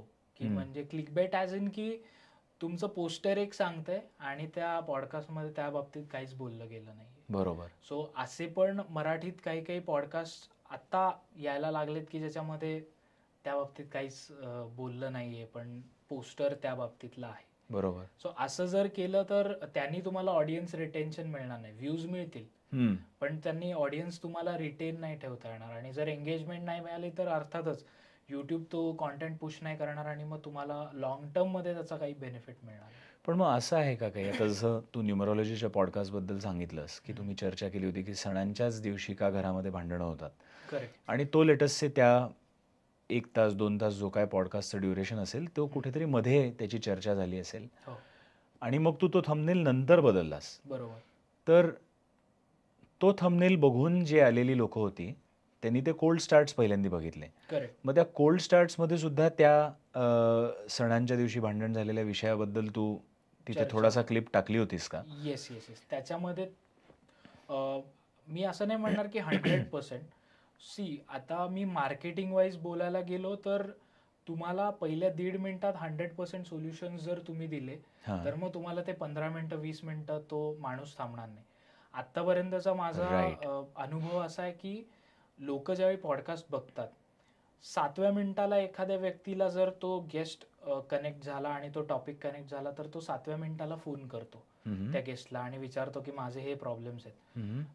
म्हणजे त्याचं सोल्युशन मी 30व्या मिनिटाला 35व्या मिनिटाला दिलं असेल, म्हणजे त्या गेस्टनी दिलं असेल, बट तो माणूस तेवढा वेळ थांबत नाही.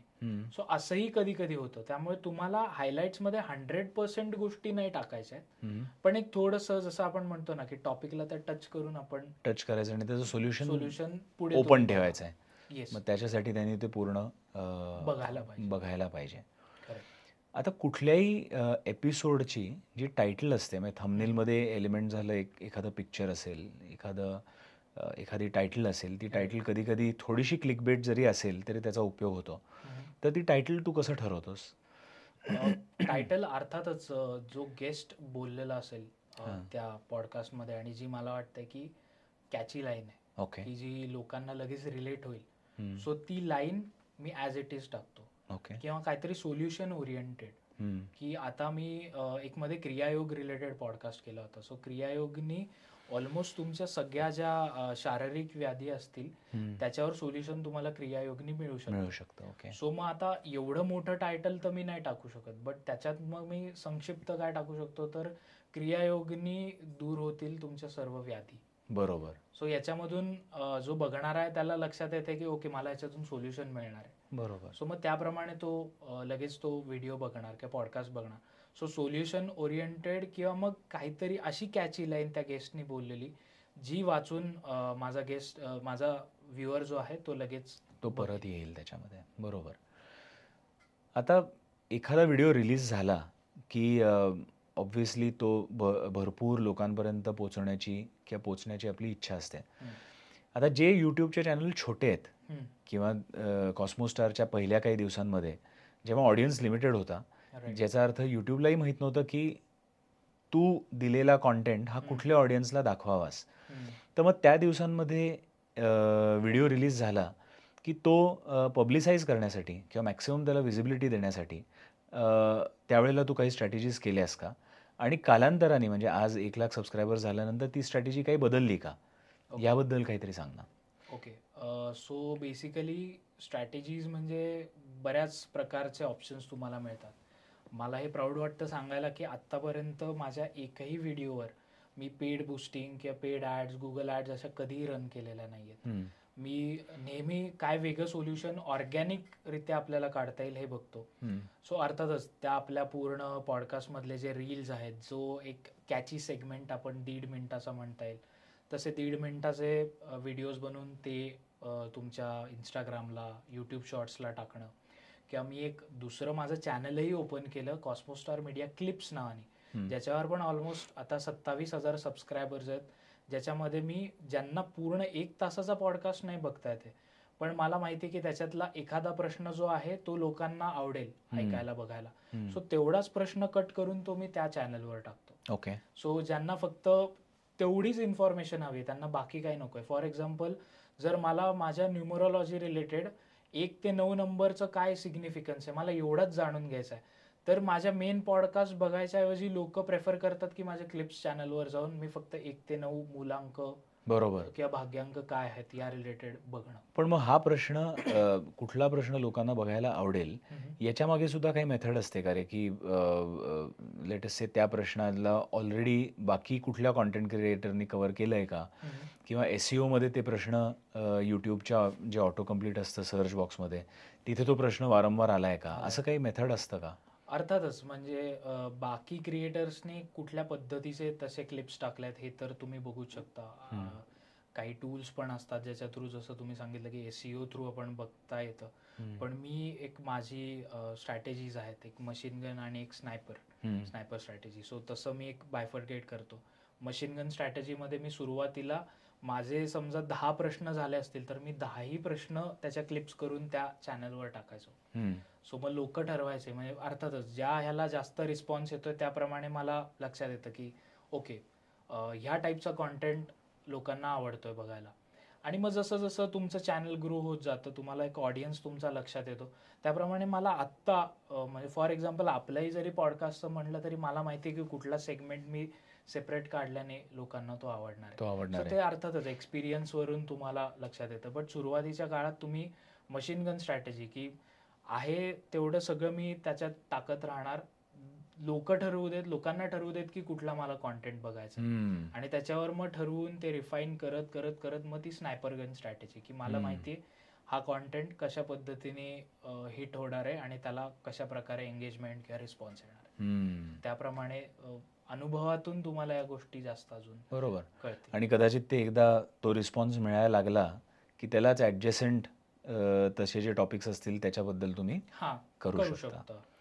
आता एक व्हिडिओ एकदा रिलीज झाला की बरेच कॉन्टेंट फॉर्म्स पण आलेत, म्हणजे शॉर्ट्स आलेत, रील्स आलेत, यूट्यूब Right. आजकाल पोस्ट करू देतं. राईट. तर ह्याचा पण तू वापर करतोस? हो, अर्थातच. म्हणजे कमीत कमी मी एका पॉडकास्टचे 3 शॉर्ट्स तरी अल्टरनेट करतोस. डेज पोस्ट करतो. ओके. सेम तेच Instagramवर पण जातात. ओके. जो गेस्ट असेल त्याच्यासोबत कोलॅबरेशनमध्ये होतं, सो त्याचेही ऑडियन्स तो बघतो. माझाही ऑडियन्स ते केटर करतो, तो पूर्ण जो असेल. पण हो, मी ह्या 2 स्ट्रॅटेजीजवर सध्या जास्त भर देतो, एक तर रील्स आणि शॉर्ट्स. मग कधी कधी मी पहिले रील्स टाकतो, नंतर ते शॉर्ट म्हणून अपलोड करतो, कधी कधी शॉर्ट म्हणून पहिले टाकतो, नंतर रीलमध्ये तो अपलोड करतो. कारण की दोन्हीचा ऑडियन्स वेगळा आहे. इंस्टाग्रामचा ऑडियन्स वेगळा आहे, यूट्यूबचा ऑडियन्स वेगळा आहे. सो इंस्टाग्राम, फेसबुक आणि यूट्यूब हे तिन्ही वेगवेगळे प्लॅटफॉर्म्स आहेत अर्थातच. असं कुठेतरी वाचलं होतं की प्रत्येक प्लॅटफॉर्मला हवं असतं की त्या त्या प्लॅटफॉर्मवरती एंगेज झालेलं ऑडियन्सनी त्याच प्लॅटफॉर्मवरती राहावं. करेक्ट. आता आपला लाँग फॉर्म व्हिडिओ तो यूट्यूबवरती आहे करेक्ट. आणि लेटेस्ट से गेस्टनी किंवा आपण सुद्धा आपल्या व्हॉट्सॲपमध्ये असलेली जी डिस्ट्रीब्युशन लिस्ट असतात तिथे आपण तो लोकांना सांगितलं की असा पॉडकास्ट येतो आहे, किंवा इंस्टाग्रामवरती स्टोरीजवरती पण ती लिंक दिली, तर एका प्लॅटफॉर्मवरनं यूट्यूबला आपण जेव्हा सबस्क्रायबर्स पाठवतो तर त्याचा त्या मेट्रिक्सवरती काही तोटा होतो का? तोटा असं नाही म्हणणार, बट मी शक्यतो त्या स्ट्रॅटेजीवर जास्त डिपेंडंट नाही राहत. कारण की कसं असतं, माझा एक्सपिरियन्स शेअर करतो की सुरुवातीला ज्यावेळी मी नुकतंच चालू झालं होतं त्यावेळी ॲज यू सेड की मी व्हॉट्सॲपला सगळ्यांना ते ब्रॉडकास्ट लिस्टमध्ये आपण पाठवतो आणि मग आपल्याला असं वाटतं की अरे ह्यांनी रिस्पॉन्स येईल आणि पहिल्या 1 तासात सगळे बघतील आणि त्याच्यानंतर काय आपल्याला 500,000 व्ह्यूज आले आपल्या external channels through, Instagram, WhatsApp through, तरी पण खूप झालं. पण याचा तोटा म्हणण्यापेक्षा याचा एक डीमेरिट काय होतं की जर XYZ, आता तुम्ही माझे रिलेटिव्ह आहात, मी तुम्हाला कॉन्टेंट पाठवला, रिलेटिव्ह आपले मित्र रिलेटिव्ह असे असतात की ते अरे सोहमने कॉन्टेंट केला ना, आम्ही 2 मिनिटं बघतो आणि नंतर बंद करून टाकतो. हो. पण तो ज्यावेळी बंद करतो त्यावेळी मग यूट्यूबला असं लक्षात येतं की अरे हा रिलेव्हंट कॉन्टेंट नाही आहे बहुतेक या ऑडियन्ससाठी. करेक्ट. सो त्यामुळे यूट्यूब पुश करणं बंद करतं ते. Okay. So instead of that, जर तुम्ही अशा पद्धतीची स्ट्रॅटेजी जर यूज करत असाल व्हॉट्सॲपमध्ये ब्रॉडकास्ट करणं, तर अशाच लोकांना पाठवा की जे ॲटलिस्ट 10 ते 15 मिनटं तो कॉन्टेंट बघतील, इन्स्टेड ऑफ प्रत्येकाला की ब्रॉडकास्ट लिस्टमध्ये टाकणं. पण कदाचित ते मग तशी लोक फाइंड आउट करणं खूप मुश्किल, कारण की यू कॅन हां. Never take a guarantee correct. की म्हणजे तुमचे सबस्क्रायबर्स ऑफकोर्स त्याच निशला अनुसरून असले असतात, पाहिजे. अलाइंड असतात, म्हणून ते करतात. करेक्ट. त्यामुळे कदा मी लीस्ट डिपेंडंट त्या गोष्टीवर राहतो. म्हणजे मी ज्यावेळी पॉडकास्ट अपलोड करतो त्यावेळी मी अर्थातच स्टोरीला टाकतो, स्टेटसला ठेवतो, ब्रॉडकास्ट आपलं जे व्हॉट्सॲप ब्रॉडकास्ट चॅनल आहे हां. त्याच्यावर टाकतो, ओके. यूट्यूबच्या कम्युनिटीमध्ये टाकतो. पण कधीच मी ब्रॉडकास्ट मेसेजिंगच्या लिस्टमध्ये नाही टाकत की बरोबर. हा बघा, हा बघा, हा बघा, अशा पद्धतीने. बरोबर. कारण की हा एक लेसन मी माझ्या पद्धतीने शिकलोय की त्यांनी आपण बाउन्स रेट क्रिएट करतोय. आपलं जे ऑडियन्स रिटेन्शन आहे, जे 15-20 मिनिटापर्यंत जाते ते आपण 2 ते 3 मिनिटातच कमी करून टाकतो. बरोबर.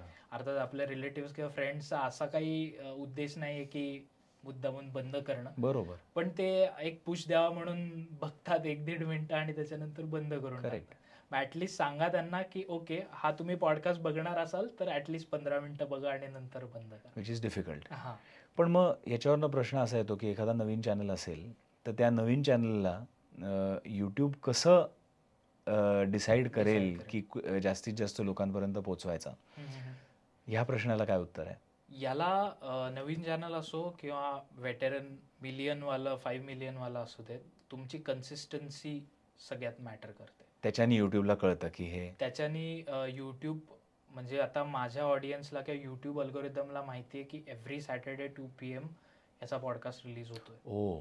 सो जरी मी आता बऱ्याच वेळा असं झालं की मी पॉडकास्ट शूट करतोय त्याचवेळी पण पॉडकास्ट रिलीज झालेला आहे दुसरा जो आधी शूट करून ठेवला. सो कन्सिस्टन्सी खूप मॅटर करते. ओके. आणि जोपर्यंत तुम्ही कन्सिस्टंट नाही राहणार, तुम्हाला तुमच्या चॅनलवर अप्स अँड डाऊन्स बघायला मिळतात फ्रिक्वेंटली. अर्थातच पुढे गेल्यावर पण होतातच, बट फ्रिक्वेंटली जर तुम्हाला ते टाळायचं असेल तर व्हॉट एव्हर, म्हणजे काही व्ह्यूज येऊ देत एंगेजमेंट येऊ देत, हे बाय प्रॉडक्ट म्हणून तुम्ही ट्रीट करा. आणि मला माझा कॉन्टेंट टाकायचा आहे कंटिन्युअसली त्या दिवशी किंवा त्या वेळी. ही कन्सिस्टन्सी जोपर्यंत तुम्ही म्हणजे जर तुम्ही ती अचीव्ह केली तर तुम्हाला त्याचा लॉंग टर्म खूप फायदा मिळेल. म्हणजे आता असं प्रमाण झालेलं आहे की मला रोज एक तरी DM किंवा एक तरी कॉल येतो की ज्याच्यात ते म्हणतात की आम्हाला आमचा पॉडकास्ट चालू करायचा आहे, सो प्लीज तुम्ही कसं आम्ही पुढे ग्रो करूया सांगा. सो मी त्यांना तेच सांगतो की जर तुम्हाला मी असं सांगितलं की 3 वर्ष without subscribers, 1000 subscribers, without 1000 views, तुम्हाला 100च व्ह्यूज येत आहेत आणि तुम्हाला हे 3 वर्ष मी करायला सांगितलं, तुम्हाला याचे काही पैसे मिळणार नाहीत, काही नाही, फक्त तुम्ही पॉडकास्ट करायचा आणि टाकायचा, तुम्ही करणार का? जर त्याचं तुम्हाला आतून उत्तर आलं की हो मला याच्यामध्ये इंटरेस्ट आहे, माझी पॅशन आहे आणि म्हणून मला करायचं आहे, तरच ते तुमचं वर्क होणार आहे, नाहीतर ते वर्क होणार नाही. म्हणजे consistency in terms of deciding की कुठल्या गेस्टला बोलवणं, त्यांच्याबरोबर बसून प्रश्न काढणं, मग तो शूट करणं, मग त्याच्यानंतर तो रिलीज करणं आणि ठरवलेल्या दिवशी किंवा ठरवलेल्या फ्रिक्वेन्सीने तो रिलीज करणं, मग त्याचे शॉर्ट्स आणि रील्स काढणं, याला सगळ्याला कन्सिस्टंटली म्हणजे सातत्याने करणं हे प्रचंड महत्त्वाचं आहे. आणि मग यूट्यूबच्या अल्गोरिदमला कधीतरी समजत असेल की इथे ही कन्सिस्टन्सी आणि अशा प्रकारचं कॉन्टेंट आहे. एक प्रश्न असा येतो ना, खरं तर आता कॉस्मोस्टार मीडिया हा अध्यात्माशी रिलेटेड पूर्णपणे चॅनल आहे, पण अध्यात्मामध्ये सुद्धा सब टॉपिक्स तू हाताळतोयस. म्हणजे स्वामी समर्थ हा एक टॉपिक आहे, न्यूमरॉलॉजी हा दुसरा टॉपिक आहे, कदाचित वास्तू हा तिसरा टॉपिक असेल किंवा ॲस्ट्रॉलॉजी असेल अध्यात्माशी रिलेटेड. हे ॲडजस्टंट टॉपिक्स असले तरी थोडेसे वेगवेगळे आहेत. तर ह्याला मग एका निशमध्येच सगळे मोडले जातात का? मी याच्यामध्ये 2 हे केलेत सब टॉपिक्स. जसं तुम्ही म्हणालात की स्पिरिच्युअलिटीमध्ये स्वामी समर्थांच्या बाबतीतला पॉडकास्ट असेल किंवा त्यांच्या रिलेटेड आलेले अनुभव, स्वामी सूत महाराज, किंवा मध्ये आम्ही जसं मी सांगितलं की अक्कलकोटच्या राजांचा पॉडकास्ट केला, हा सगळा म्हणजे स्पिरिच्युअल कॉन्टेंटमध्ये जातो. आणि न्यूमरोलॉजी, वास्तू, प्राणिक हिलिंग, आकाशिक रेकॉर्ड्स हे जे आहे हे ऑकल्ट सायन्स म्हणून मी ते वेगळ्या टॉपिकमध्ये ते कव्हर करतो. आणि मग याचं कॉम्बिनेशन प्रत्येक तुम्हाला महिन्यात अनुभवता येतं की मग त्याच्यामध्ये कमीत कमी 2 ऑकल्टचे एपिसोड्स येतात आणि 2 स्पिरिच्युअलिटीचे येतात. जर काही त्या महिन्यात म्हणजे जसं आता मार्च महिन्यामध्ये स्वामींची हे होतं प्रकट दिन होता, त्याच्यानंतर गुढीपाडवा सुद्धा होता. सो जास्त स्पिरिच्युअल कॉन्टेंट लोकांना कन्झ्युम करायचा होता रादर दॅन सोल्युशन्स की न्यूमरोलॉजी, वास्तू वगैरे. सो त्यामुळे त्यावेळी मी जास्त स्पिरिच्युअल पॉडकास्ट रिलीज केले. ओके. आता जो आहे अक्षय तृतीया, मुहूर्त, मग खरेदी, शॉपिंग आणि ह्या ओरिएंटेड असल्यामुळे की आता लहान मुलांच्या सुट्ट्या चालू होत आहेत उन्हाळ्याच्या, सो कधी कधी पेरेंट्सला आता खूप लिव्हरेज मिळतं, वेळ मिळतो, मग त्यामध्ये फिजिकल रिलेटेड काही गोष्टी असतील, व्यायाम किंवा हे, सो आयुर्वेद ज्याला आपण म्हणतो, सो अशा टॉपिक म्हणजे अशा पद्धतीचे टॉपिक्स आता जास्त म्हणजे हेल्थ अँड वेलनेस सुद्धा तू कॉस्मोस्टार वरती करतोयस. Ayurveda related specifically. सो म्हणजे समजा आता आयुर्वेद बाबतीत सुद्धा समजा तू 2-3 वेगवेगळे त्याच्यामधले विषय हँडल केलेस, तर that also sends a signal to the platform की इथे त्या टॉपिक आणि त्याच्या शेजारचे पाजारचे जे टॉपिक्स आहेत ते तू हँडल करतोयस, त्याच्यानी पण रीच ऑडियन्सचा वाढू शकतो कदाचित. कारण युट्यूबला हे नाही कळत की तुम्ही काय टाकता, म्हणजे हा टॉपिक स्वामी समर्थांचा आहे, हा हे असं युट्यूबला नाही कळत की त्या अल्गोरिदमला नाही कळत. अल्गोरिदम फक्त तुमच्या वॉलवर ते 2 वाजल्यानंतर तुम्ही जेव्हाही युट्यूब ओपन कराल होम पेजला दाखवणार, ते अल्गोरिदम पुश करण्याचं काम करणार आहे. ओके. सो त्यामुळे मी आयुर्वेद रिलेटेड केला काय किंवा स्वामी समर्थांच्या बाबतीतला केला काय, लोक ज्याप्रमाणे त्याला रिस्पॉन्स देणार आहे त्याप्रमाणे युट्यूब बिहेव्ह करणार आहे. ओके. सो म्हणजे हे सब टॉपिक्स आणि एकदा जरी टॉपिक एखादा इस्टॅब्लिश झाला तरी सब टॉपिक्स आणि थोडेफार आसपासच्या टॉपिक्सवरती ट्रायल करणं आणि कदाचित ट्रायल अँड एरर त्याचं करणं हे फार महत्त्वाचं आहे त्या चॅनलच्या ग्रोथसाठी.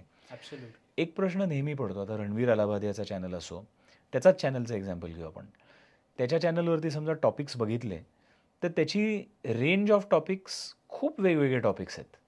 किंवा राज शमानीचा चॅनल बघितला तर त्याच्यावरती सुद्धा खूप वेगवेगळे टॉपिक्स असतात आणि तरीसुद्धा रीच, लाईक्स, विजिबिलिटी ही त्या चॅनलला खूप आहे.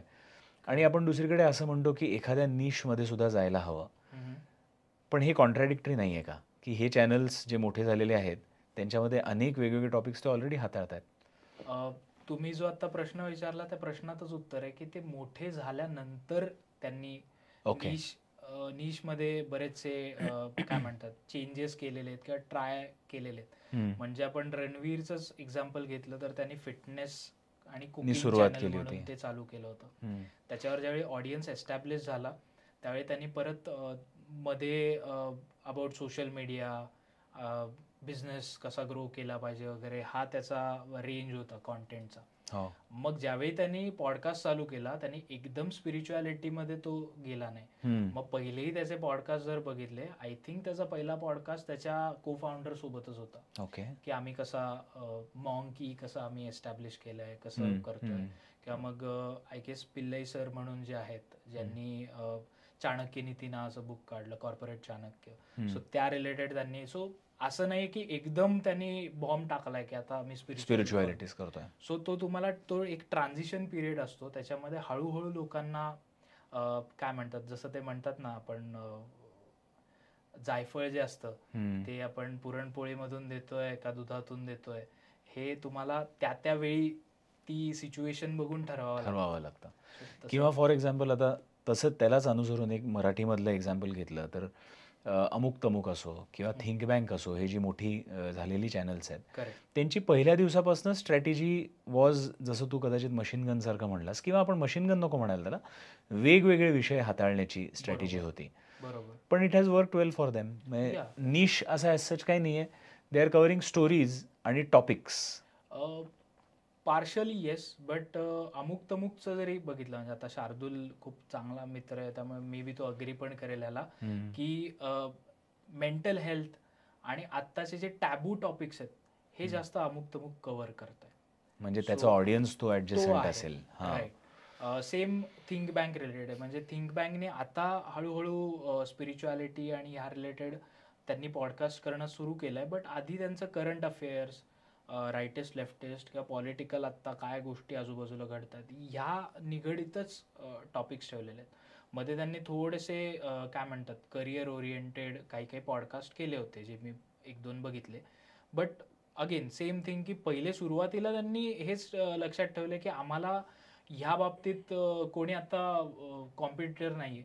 सो त्या बाबतीतच आम्ही ग्रो करत राहणार किंवा ती स्ट्रॅटेजी आम्ही वर्क करत राहणार. बरोबर. सो त्यामुळे अमुक तमुकने पण सुरुवातीला अबाउट मेंटल हेल्थ किंवा मग प्रेग्नन्सी असेल किंवा मग आपले काय म्हणतात सेक्स रिलेटेड टॅबू टॉपिक्स असतील त्यांनी ते खुसफुस नावाचे शोज काढले. ते खूप ट्राय करत असतात वेगवेगळ्या गोष्टी. आता त्यांनी नागरिक शास्त्र नावाचं एक चॅनल चालू केलेलं आहे. सो असे त्यांनी त्याच्यासाठी वेगळं चॅनल ऍज आय साईड की चालू केलंय नागरिक शास्त्र किंवा फायनान्स बद्दल त्यांची एक वेगळी सिरीज चालू झालेली. बरोबर. पण आता हे ट्राय जे आहेत किंवा फायनान्स रिलेटेड पण सिरीज तुम्ही म्हणताय हे आत्ता ह्या लेवलला ज्यावेळी त्यांचे आता 3 लाख 3.5 लाख सबस्क्रायबर झाले त्याच्यानंतर त्यांनी हे ट्राय आउट केलं. बरोबर. खूपच अमेझिंग इन्साइट्स होत्या. आता एक प्रश्न असा पडतोय की जेव्हा तू पॉडकास्ट सुरू केलास तेव्हा तू वन मॅन आर्मी होतास का? तुझ्या टीममध्ये किती जण होती? आणि कालांतराने जसं चॅनल मोठं होत गेलं, जसं सबस्क्रायबर्स वाढत गेले, तू कधी ठरवलंस की आता आपल्याला टीमची गरज आहे? आणि आता तुझ्या टीममध्ये किती जण आहेत हे सगळं करायला? या बाबतीत सांगू शकतोस का, या प्रवासाबाबतीत? ओके, मी ऑनेस्टली सांगेन की आता 2019 पासून मी या क्षेत्रात होतो, मीडियामध्ये होतो. त्यामुळे वन मॅन आर्मी म्हणजे कॉन्टेंट रिलेटेड मी वन मॅन आर्मी होतो आणि आहे अजून सुद्धा. पण एडिटिंग आणि शूट या रिलेटेड कॉन्टॅक्ट्स पहिल्यापासून बिल्ड झाल्यामुळे मी क्वालिटी कधी म्हणजे माझा हा पहिला मी एक थॉट ठेवला होता की भलेही टॉपिक कसंही असेल काही असेल सुरुवातीला मला क्वालिटी चांगली सर्व्ह करायची. कारण ती त्यावेळी डोक्यात असं होतं की नाही क्वालिटीने मे बी व्ह्यूज येतील. Right. So it's a subjective thing. But सुरुवात त्या पद्धतीने केली होती. त्यामुळे एडिटर होता, शूट करणारा एक व्यक्ती होता. मग हे लक्षात आलं की पहिले 2-3 एपिसोड झाल्यानंतर की नाही एडिटर जो आहे आपण पहिल्यांदाच पॉडकास्ट एडिट करतोय. सो मला जे एक्सपेक्टेड आहे हे त्याच्याकडून नाही येते. मग मी स्वतः एडिट करायला सुरुवात केली. सो साधारणतः 50-60 हजार सबस्क्रायबर्स होईपर्यंत मी स्वतःच एडिट केलं सगळं. एडिट करायचो. कारण की अर्थातच मला माहिती पण होतं कसं एडिट करायचं काय. सो असं नाही की मी शिकलो त्याच्यासाठी वेगळं. सो ते एक्सपिरियन्समधून येत गेलं. आणि नंतर अर्थातच मग सोशल मीडिया थोडंसं हँडल करण्यासाठी आता मी एक इंटर्न ठेवला आहे. त्याच्यानंतर एडिटसाठी 2 माणसं आहेत की जे एक लॉंग फॉर्मॅट एक एडिट करतो, शॉर्ट फॉर्मॅट एक एडिट करतो, आणि शूट करणारा एक वेगळा व्यक्ती आहे, म्हणजे स्टुडिओज आहे ज्याच्यामध्ये मी जाऊन शूट करतो. सो आता ते थोडे थोडे डिपार्टमेंट्स मी वेगवेगळे केलेले आहेत. पण शक्यतो सगळ्या गोष्टींमध्ये माझा एक से असतोच की ओके हे असं झालं पाहिजे, असं झालं पाहिजे. सो पहिल्यापासून आतापर्यंत वन मॅन आर्मी काहीसं आहेच आहे आणि पुढे पण राहील, कारण की त्याच्याशिवाय जोपर्यंत तो टच राहणार नाही तोपर्यंत, म्हणजे टच आहे तोपर्यंत चॅनल आहे. जर ते आर्टिफिशियल माझ्या बिहाफ कोणी जर करायला लागलं तर मग ते लोकांना लक्षात येतं आणि त्याप्रमाणे लोक लगेच फीडबॅक पण देतात. आणि म्हणजे मला इथे एक एक्झाम्पल द्यावं असं वाटेल की मी एक हा प्रयत्न करून बघितला होता की एकाला मी हायर केलं होतं आणि त्याला मी सांगायचो की तू प्रश्न काढ, की आता मला खूप हेक्टिक व्हायला लागलं. थोडं आपल्याला वाटतं ना आता सबस्क्रायबर्स वाढलेत त्यामुळे तू प्रश्न काढ, तू सगळं हे कर. माझं कंटिन्युअसली 2 पॉडकास्ट लागून आहेत आणि ते मी डिरेक्टली विचारणार. आणि झालं असं की त्या पॉडकास्टला मी ती शीट घेऊन बसलो आणि युजली मी जसं सांगितलं की एकदा मी ती शीट वाचतो, बाजूला ठेवतो आणि त्याप्रमाणे मग बोलायला चालू करतो. पण त्या पॉडकास्टला मला प्रश्नच सुचत नव्हते की आता पुढे काय विचारायचं. त्यामुळे सतत थांबून मग ती शीट बघायची, मग ते प्रश्न विचारले गेले आणि ते लोकांच्याही लक्षात आलं. त्यामुळे लोकांनीही त्याला सांगितलं की नेहमीसारखा हा पॉडकास्ट नाही झाला. मग मला ते मी स्वतःचे कान पिळले, कानाला खडा लावला की नाही, काही असू देत, आपण रिसर्च करायचा, आपण सगळे प्रश्न काढायचे, आपण पॉइंटर्स काढायचे, त्यांच्यासोबत गेस्ट सोबत कम्युनिकेशन करायचं, ॲज यू सेड की त्यांच्यासोबत बसायचं इफ पॉसिबल, आणि ते डिग करत करत मग ते कॉन्टेंट मी शूट करायला. अमेझिंग. माझा पुढचा प्रश्न हा चॅलेंजेस बाबतीतच होता की या 1,00,000 सबस्क्रायबर्सच्या पूर्ण जर्नीमध्ये, मला वाटतं 1-1.5 वर्षाच्या जर्नीमध्ये अजून काय काय चॅलेंजेस आले रे? जसं हा एक तू सांगितलास की तू प्रश्न लिहिण्यासाठी एक व्यक्ती हायर केला होता. तसे अजून काही चॅलेंजेस आले का की ज्याच्यामधनं खूप लर्निंग्स मिळाले? बरेच आहेत. म्हणजे बऱ्याच वेळा आम्ही शूट केलाय पॉडकास्ट आणि शूट केल्यानंतर लक्षात आलं अरे माईकच चालू नव्हता. मग तो ऑडिओ कुठून तरी गॅदर करून कसा तरी मग ते टूल्स वापरून, AI टूल्स आणि ते अडोबी टूल्स वापरून ते कसा तरी ऑडिओ कव्हर केलेला आहे. किंवा एडिटिंगच्या बाबतीत असं झालेलं आहे की अरे उद्या पॉडकास्ट रिलीज आहे आणि अजून एडिटच झालेला नाही आहे पॉडकास्ट. मग कधी कधी मी एडिटर्सकडून जे एक्सपेक्ट करायचो, अर्थातच त्यावेळी ते खूप ओव्हर एक्सपेक्टेशन्स होते, बट पॉडकास्ट नाही मिळाला. मग मी रात्री माझ्या पद्धतीने मी पॉडकास्ट एडिट करायचो की ठीक आहे तर तुम्हाला नाही, मग मीच माझ्या याने करणार आहे, अशा पद्धतीने रिलीज केलेले आहेत. किंवा बॅक टू बॅक ट्रॅव्हल केलेलं आहे की आज पॉडकास्ट शूट केलाय, आज डेटा पाठवून दिला, लगेच दुसऱ्या दिवशी दुसरा पॉडकास्ट, असे सलग सुद्धा कधी कधी पॉडकास्ट केलेले आहेत. त्यामुळे हेक्टिक खूप हे झालेलं आहे, हेल्थवर परिणाम झालेला आहे. सो अशा प्रकारचे बरेच चॅलेंजेस आलेले आहेत. कधी कधी गेस्ट म्हणजे येणार होते बट त्यावेळी त्यांचा प्रॉब्लेम झाला, त्यामुळे मग ते गेस्ट कॅन्सल झाले ऐनवेळी. असे काहीसे इन्सिडेंट झालेले आहेत. किंवा मी एका ठिकाणी जाणार होतो, बट म्हणजे शूटला जाणार होतो, बट तिथे असं काहीतरी घडलं, माझ्या गाडीचाच ॲक्सिडेंट झालेला आहे. सो मग तो पॉडकास्ट डिले करून आम्ही परत दुसऱ्या दिवशी शूट केलेला आहे. त्यामुळे असे असंख्य प्रॉब्लेम्स किंवा चॅलेंजेस आलेले आहेत. त्यामुळे आता त्या पद्धतीने किंवा मी सुरुवातीला जो प्रत्येकाला एक प्रश्न असतो की ओके आता मला ह्याच्यात किती इन्व्हेस्ट करायचे आहेत किंवा काय, सो असेही प्रश्न, फायनान्शियल काही चॅलेंजेस आलेले होते. पण जसं जसं एक्सपिरियन्स येत गेला त्याप्रमाणे मी त्या गोष्टी सिम्प्लिफाय करत गेलो आणि आता बऱ्यापैकी सॉर्टेड गोष्टी चालू आहेत. पण मग एवढे सगळे चॅलेंजेस येत असताना सुद्धा, म्हणजे हेल्थ वाईज असो, गेस्ट वाईज असो, किती वेगवेगळे चॅलेंजेस आहेत ज्याचा तुम्ही विचार करू शकत नाही. What keeps you going? तरीसुद्धा तू का करतोस कॉस्मोस्टार? एकतर स्वामींवरचं प्रेम अर्थातच, कारण की सगळी जी एनर्जी आहे किंवा हे जे सगळं बूस्टिंग आहे हे त्यांच्याकडूनच येतं. हे असं म्हणजे ड्रमॅटिक वाटेल बट हे माझ्यासाठी खरं आहे. आणि दुसरं म्हणजे लोकांचं ज्यावेळी आपण फीडबॅक घेतो, लोक ज्यावेळी म्हणतात की आम्ही तुमचा पॉडकास्ट बघतो आणि ते बघितल्यानंतर आम्हाला खूप उत्तरं मिळतात, का आम्हाला अशा वेळी तो पॉडकास्ट आमच्या डोळ्यासमोर आलाय ज्यावेळी आम्हाला काहीच मार्ग सापडत नव्हता. सापडत नव्हते. एक मला मेलवरून असा फीडबॅक आला होता की ऑलमोस्ट मी सुसाईड करायला निघालो होतो. म्हणजे मुलगा होता तो अराउंड 19 वर्षाचा. त्यांनी मला मेल केला होता की मला सुसाईड करायचं होतं, बट त्यावेळी तुमचा तो श्रीपाद श्री वल्लभ चरित्रामृता रिलेटेड मला क्लिप आली, मी ती बघितली आणि त्याच्यानंतर मी पारायण केलं आणि मग मला आता जॉब लागलाय. मी आता माझ्या आई वडिलांचं म्हणजे मी सांभाळ करू नव्हतो शकत, पण आता मी ते सांभाळतोय. बऱ्याच वेळा ऑकल्ट रिलेटेड असे एक्सपिरियन्सेस आलेत की एका कपलचं जे बाळ होतं ते सफर करत होतं काही फिजिकल आणि याच्या प्रॉब्लेम्समुळे. सो त्यांना त्याच्यावर काही सोल्युशन्स किंवा ते जे उत्तरं शोधत होते ते आकाशिक रिडिंग किंवा न्युमरोलॉजीमुळे मिळालंय. सो हे ज्यावेळी ऐकतो किंवा हे ज्यावेळी लोक कमेंट्समध्ये मेलमध्ये पाठवतात, मग त्यावेळी अर्थातच खूप आनंद वाटतो, बूस्टिंग होतं, पण एक रिस्पॉन्सिबिलिटी पण वाढते. बरोबर. आता अजून दर्जेदार कॉन्टेंट आणि अजून ऑथेंटिक कॉन्टेंट जेवढा देता येईल तो द्यायचा आणि त्यांचा जो ट्रस्ट एक आहे तो गमवायचा नाही जाऊ दे. बरोबर. नाही, फारच अगेन अमेझिंग इन्साईट होती. म्हणजे ऑथेंटिसिटी आणि जे आपण म्हणजे पॉडकास्ट हे जरी असला तरी पॉडकास्टच्या या मंचावरती बसून आपण लोकांपर्यंत काय पोचवतोय ही एक अतिशय महत्त्वाची रिस्पॉन्सिबिलिटी आहे. कारण की इन्फ्लुएन्सर ही टर्म आजकाल खूप कदाचित लूजली वापरली जाते, पण when you are truly capable of influencing, तुम्ही कुठला कॉन्टेंटवरती इन्फ्लुएन्स करताय ह्याच्यामध्ये सुद्धा विवेक, बुद्धी किंवा विजडम असणं हे फार फार महत्त्वाचं आहे. So this was a very very important insight. आता पॉडकास्ट म्हटलं की टेक्निकल इक्विपमेंट त्याच्यामध्ये आलं, तर एका टिपिकल पॉडकास्टिंग सेटअपमध्ये काय काय इक्विपमेंट असावं? बेसिक आता याचं उत्तर सुद्धा सब्जेक्टिव्ह आहे. जर तुम्ही सुरुवात करताय तर मी सजेस्ट नाही करणार की एकदम heavy camera setup, lights, mic वगैरे असं तुम्ही ठेवा.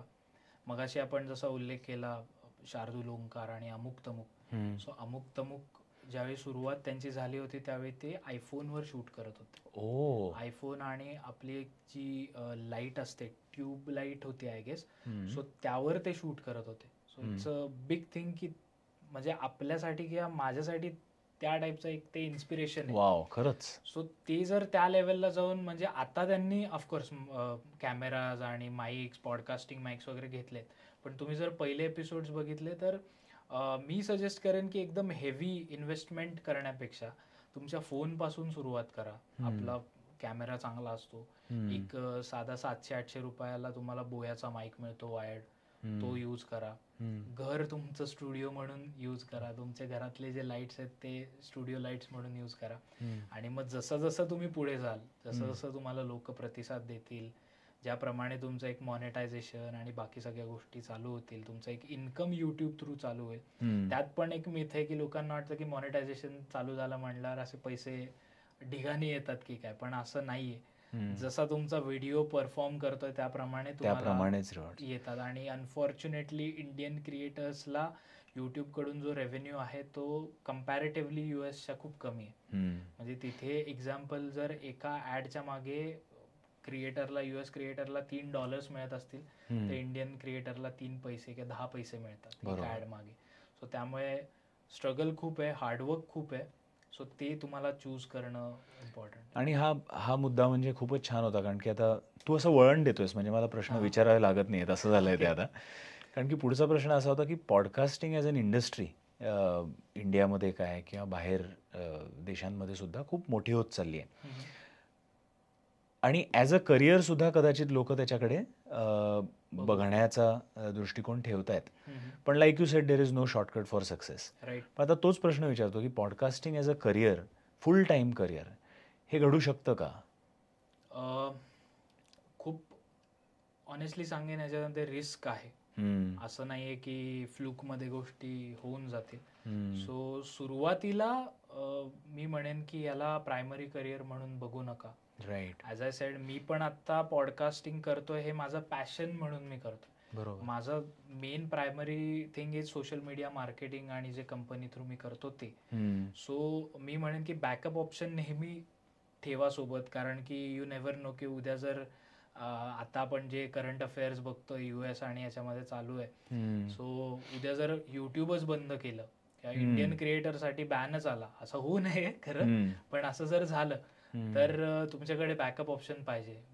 कारण की मग तुम्ही त्या 1 लाख ऑडियन्सचा, 1 मिलियन ऑडियन्सचा किंवा 10 मिलियन ऑडियन्सचा काय यूज करणार आहात करेक्ट, जर असं काही घडलं तर. पण याच्यामध्ये म्हणजे अपॉर्च्युनिटी सुद्धा आहे. दुसऱ्या फ्लिप साईड मी सांगेन, कारण की आता रिसेंटली ज्यावेळी युट्यूबचा जो CEO आहे त्याचा एक पॉडकास्टच झाला होता, तो मी बघत होतो. त्याच्यामध्ये त्याला विचारलं गेलं की तुमचा बिगेस्ट कॉम्पिटिटर कोण आहे, तर त्यांनी उत्तर दिलं की आमचं बिगेस्ट कॉम्पिटिटर इज स्लीप. म्हणजे लोक जेवढे झोपतायत तेवढे फक्त ते युट्यूबवर नाही आहेत. सो स्लीप ही आमच्यासाठी कॉम्पिटिटर आहे, कारण की आतापर्यंतच्या सर्व्हेमध्ये Amazon प्राईम असेल, नेटफ्लिक्स असेल, हॉटस्टार असेल, याच्यापेक्षाही जास्त युट्यूब स्ट्रीम केलं जातं. आणि हे खरं तर मला असं अद्भुत वाटतंय की माझ्याही ऑडियन्स जे अॅनालिटिक्स आपण म्हणतो, सो हे जर आपण 1-1.5 वर्ष आधी बघितलं असतं तर प्रायमरी डिव्हाइस यूज करणारे लोक फोन पहिली कॅटेगरी असायची अॅनालिटिक्समध्ये, मग सेकंड टॅबलेट, मग थर्ड कम्प्युटर, मग फोर्थ टीव्ही. पण आता जर बघायला गेलं, आता जर आपण अॅनालिटिक्स बऱ्यापैकी क्रिएटर्सचे बघितले तर पहिले मोबाईल येतं आणि second is TV. Correct. So लोक पॉडकास्टला किंवा युट्यूबला त्या लेवलचा दर्जा देतात. सो आता ही रिस्पॉन्सिबिलिटी क्रिएटर्सची आहे की त्याप्रमाणे ते डिलिव्हर करणं, त्या प्रकारचा कॉन्टेंट, त्या लेवलचा कॉन्टेंट डिलिव्हर करणं. करेक्ट. सो इट्स अपॉर्च्युनिटी बऱ्यापैकी खूप आहे.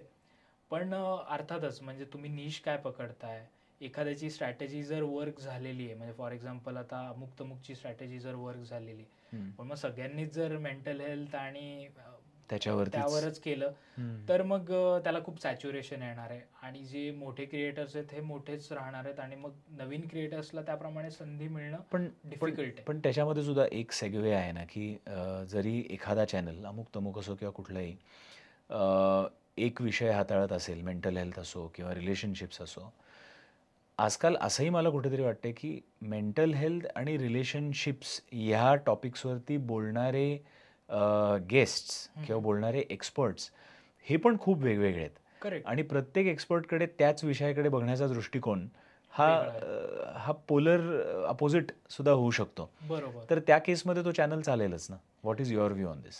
मे बी चालू शकेल.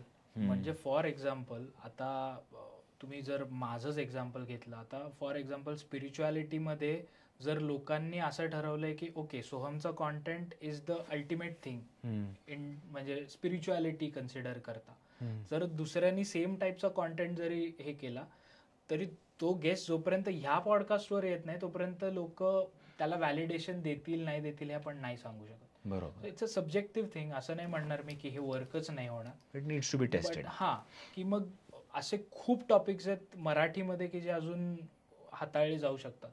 म्हणजे हॉस्पिटॅलिटी असेल किंवा मग रिअल इस्टेट सारखा टॉपिक असेल, याच्यावर अजून पॉडकास्ट आलेले नाही आहेत.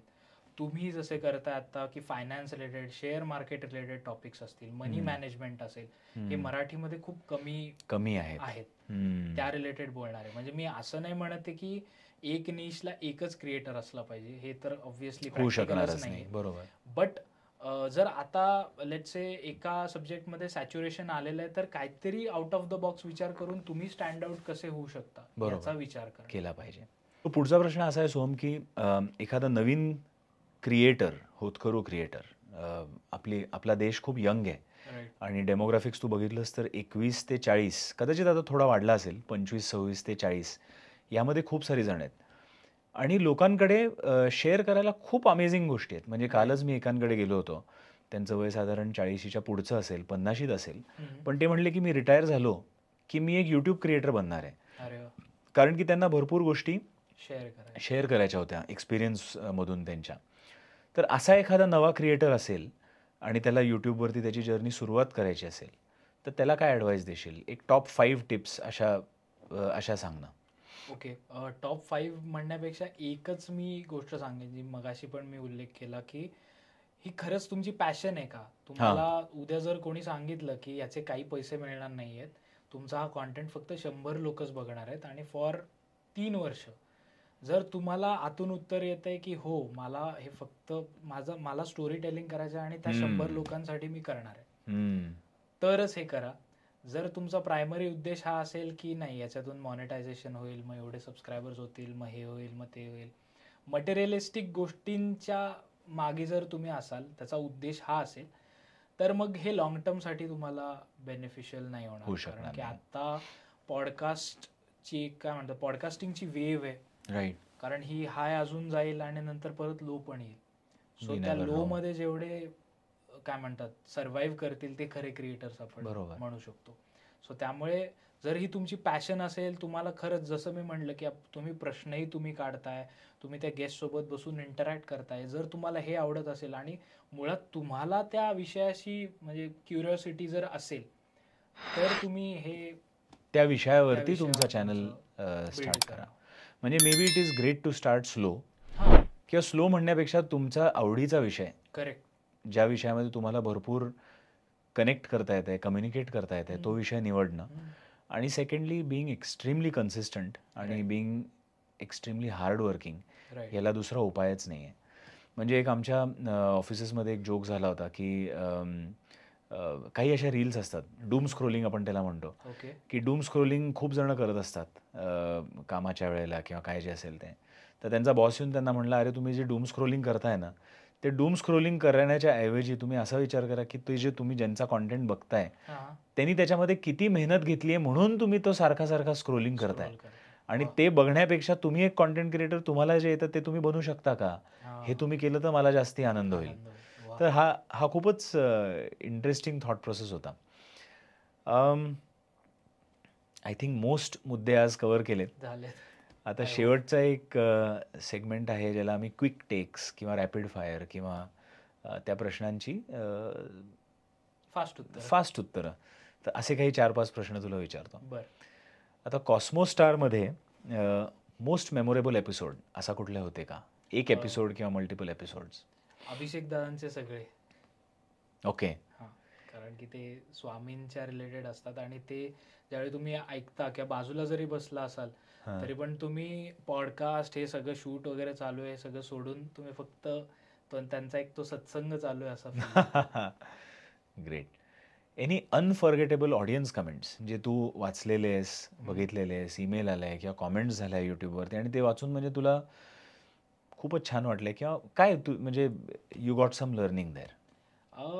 कमेंट्स म्हणण्यापेक्षा मी अनुभव तसा घेतलेला आहे की ज्यावेळी मी आत्ता रिसेंट असं झालं की मी गेलो होतो एका ठिकाणी आणि लोकांनी तिथे ओळखलं आणि मग आजूबाजूला सगळे लोक जमा झाले, म्हणजे स्पेशली ज्या लेडीज होत्या त्या, आणि त्या म्हणत होत्या की अरे आम्ही तुझे कॉन्टेंट बघतो, खूप छान चाललेलं असतं. आणि नेहमी 2 वाजले की आम्हाला माहिती असतं किंवा कधी कधी एपिसोड नाही गेला की जुन्या एपिसोड्सवर कमेंट येतात की 2 वाजले कधी येणार आहे तुमचा पॉडकास्ट, असं आहे नाही, म्हणजे जर कधी 1-2 मिनिटाचा डिले झाला तर. सो अशा ह्या मेमोरेबल गोष्टी आहेत कारण की इतके वर्ष बिहाइंड द सीन्स राहून हे सगळं लोकांबाबतीत घडताना बघितलेलं आहे. पण ज्यावेळी स्वतःच्या बाबतीत घडतं त्यावेळी अजून एक आनंद होतो आणि खरंच स्वामींचा एक हात आहे आपल्या पाठीमागे याची एक प्रचिती, अनुभूती मिळते. आणि त्या किस्स्यासोबत अजून एक किस्सा आहे, म्हणजे जसं आपण मगाशी उल्लेख केला the collective media works, so त्याचे जे पूजा आणि सप्तेश आहेत त्यांच्यासोबत मी एका कामासाठी म्हणून त्यांच्यासोबत म्हणून आम्ही याला गेलो होतो एका सेटवर मुंबईमध्ये. सो काम पण स्वामींचं प्रसाद द्यायचा होता, सो तो एक कनेक्ट परत तिथे आला की अक्कलकोटचे जे राजे आहेत, मालोजी राजे, तर त्यांचा गुरुपौर्णिमेचा एक उत्सव असतो ज्याच्यामध्ये स्वामींच्या हातातला जो सूर्यमणी तो एक दिवस ते सगळ्यांसाठी ओपन असतं की तुम्ही जाऊन तिथे दर्शन घेऊ शकता. सो ज्यांना पॉसिबल नव्हतं झालं तर त्यांना ते प्रसाद आणि ह्या सगळ्या गोष्टी द्यायच्या होत्या.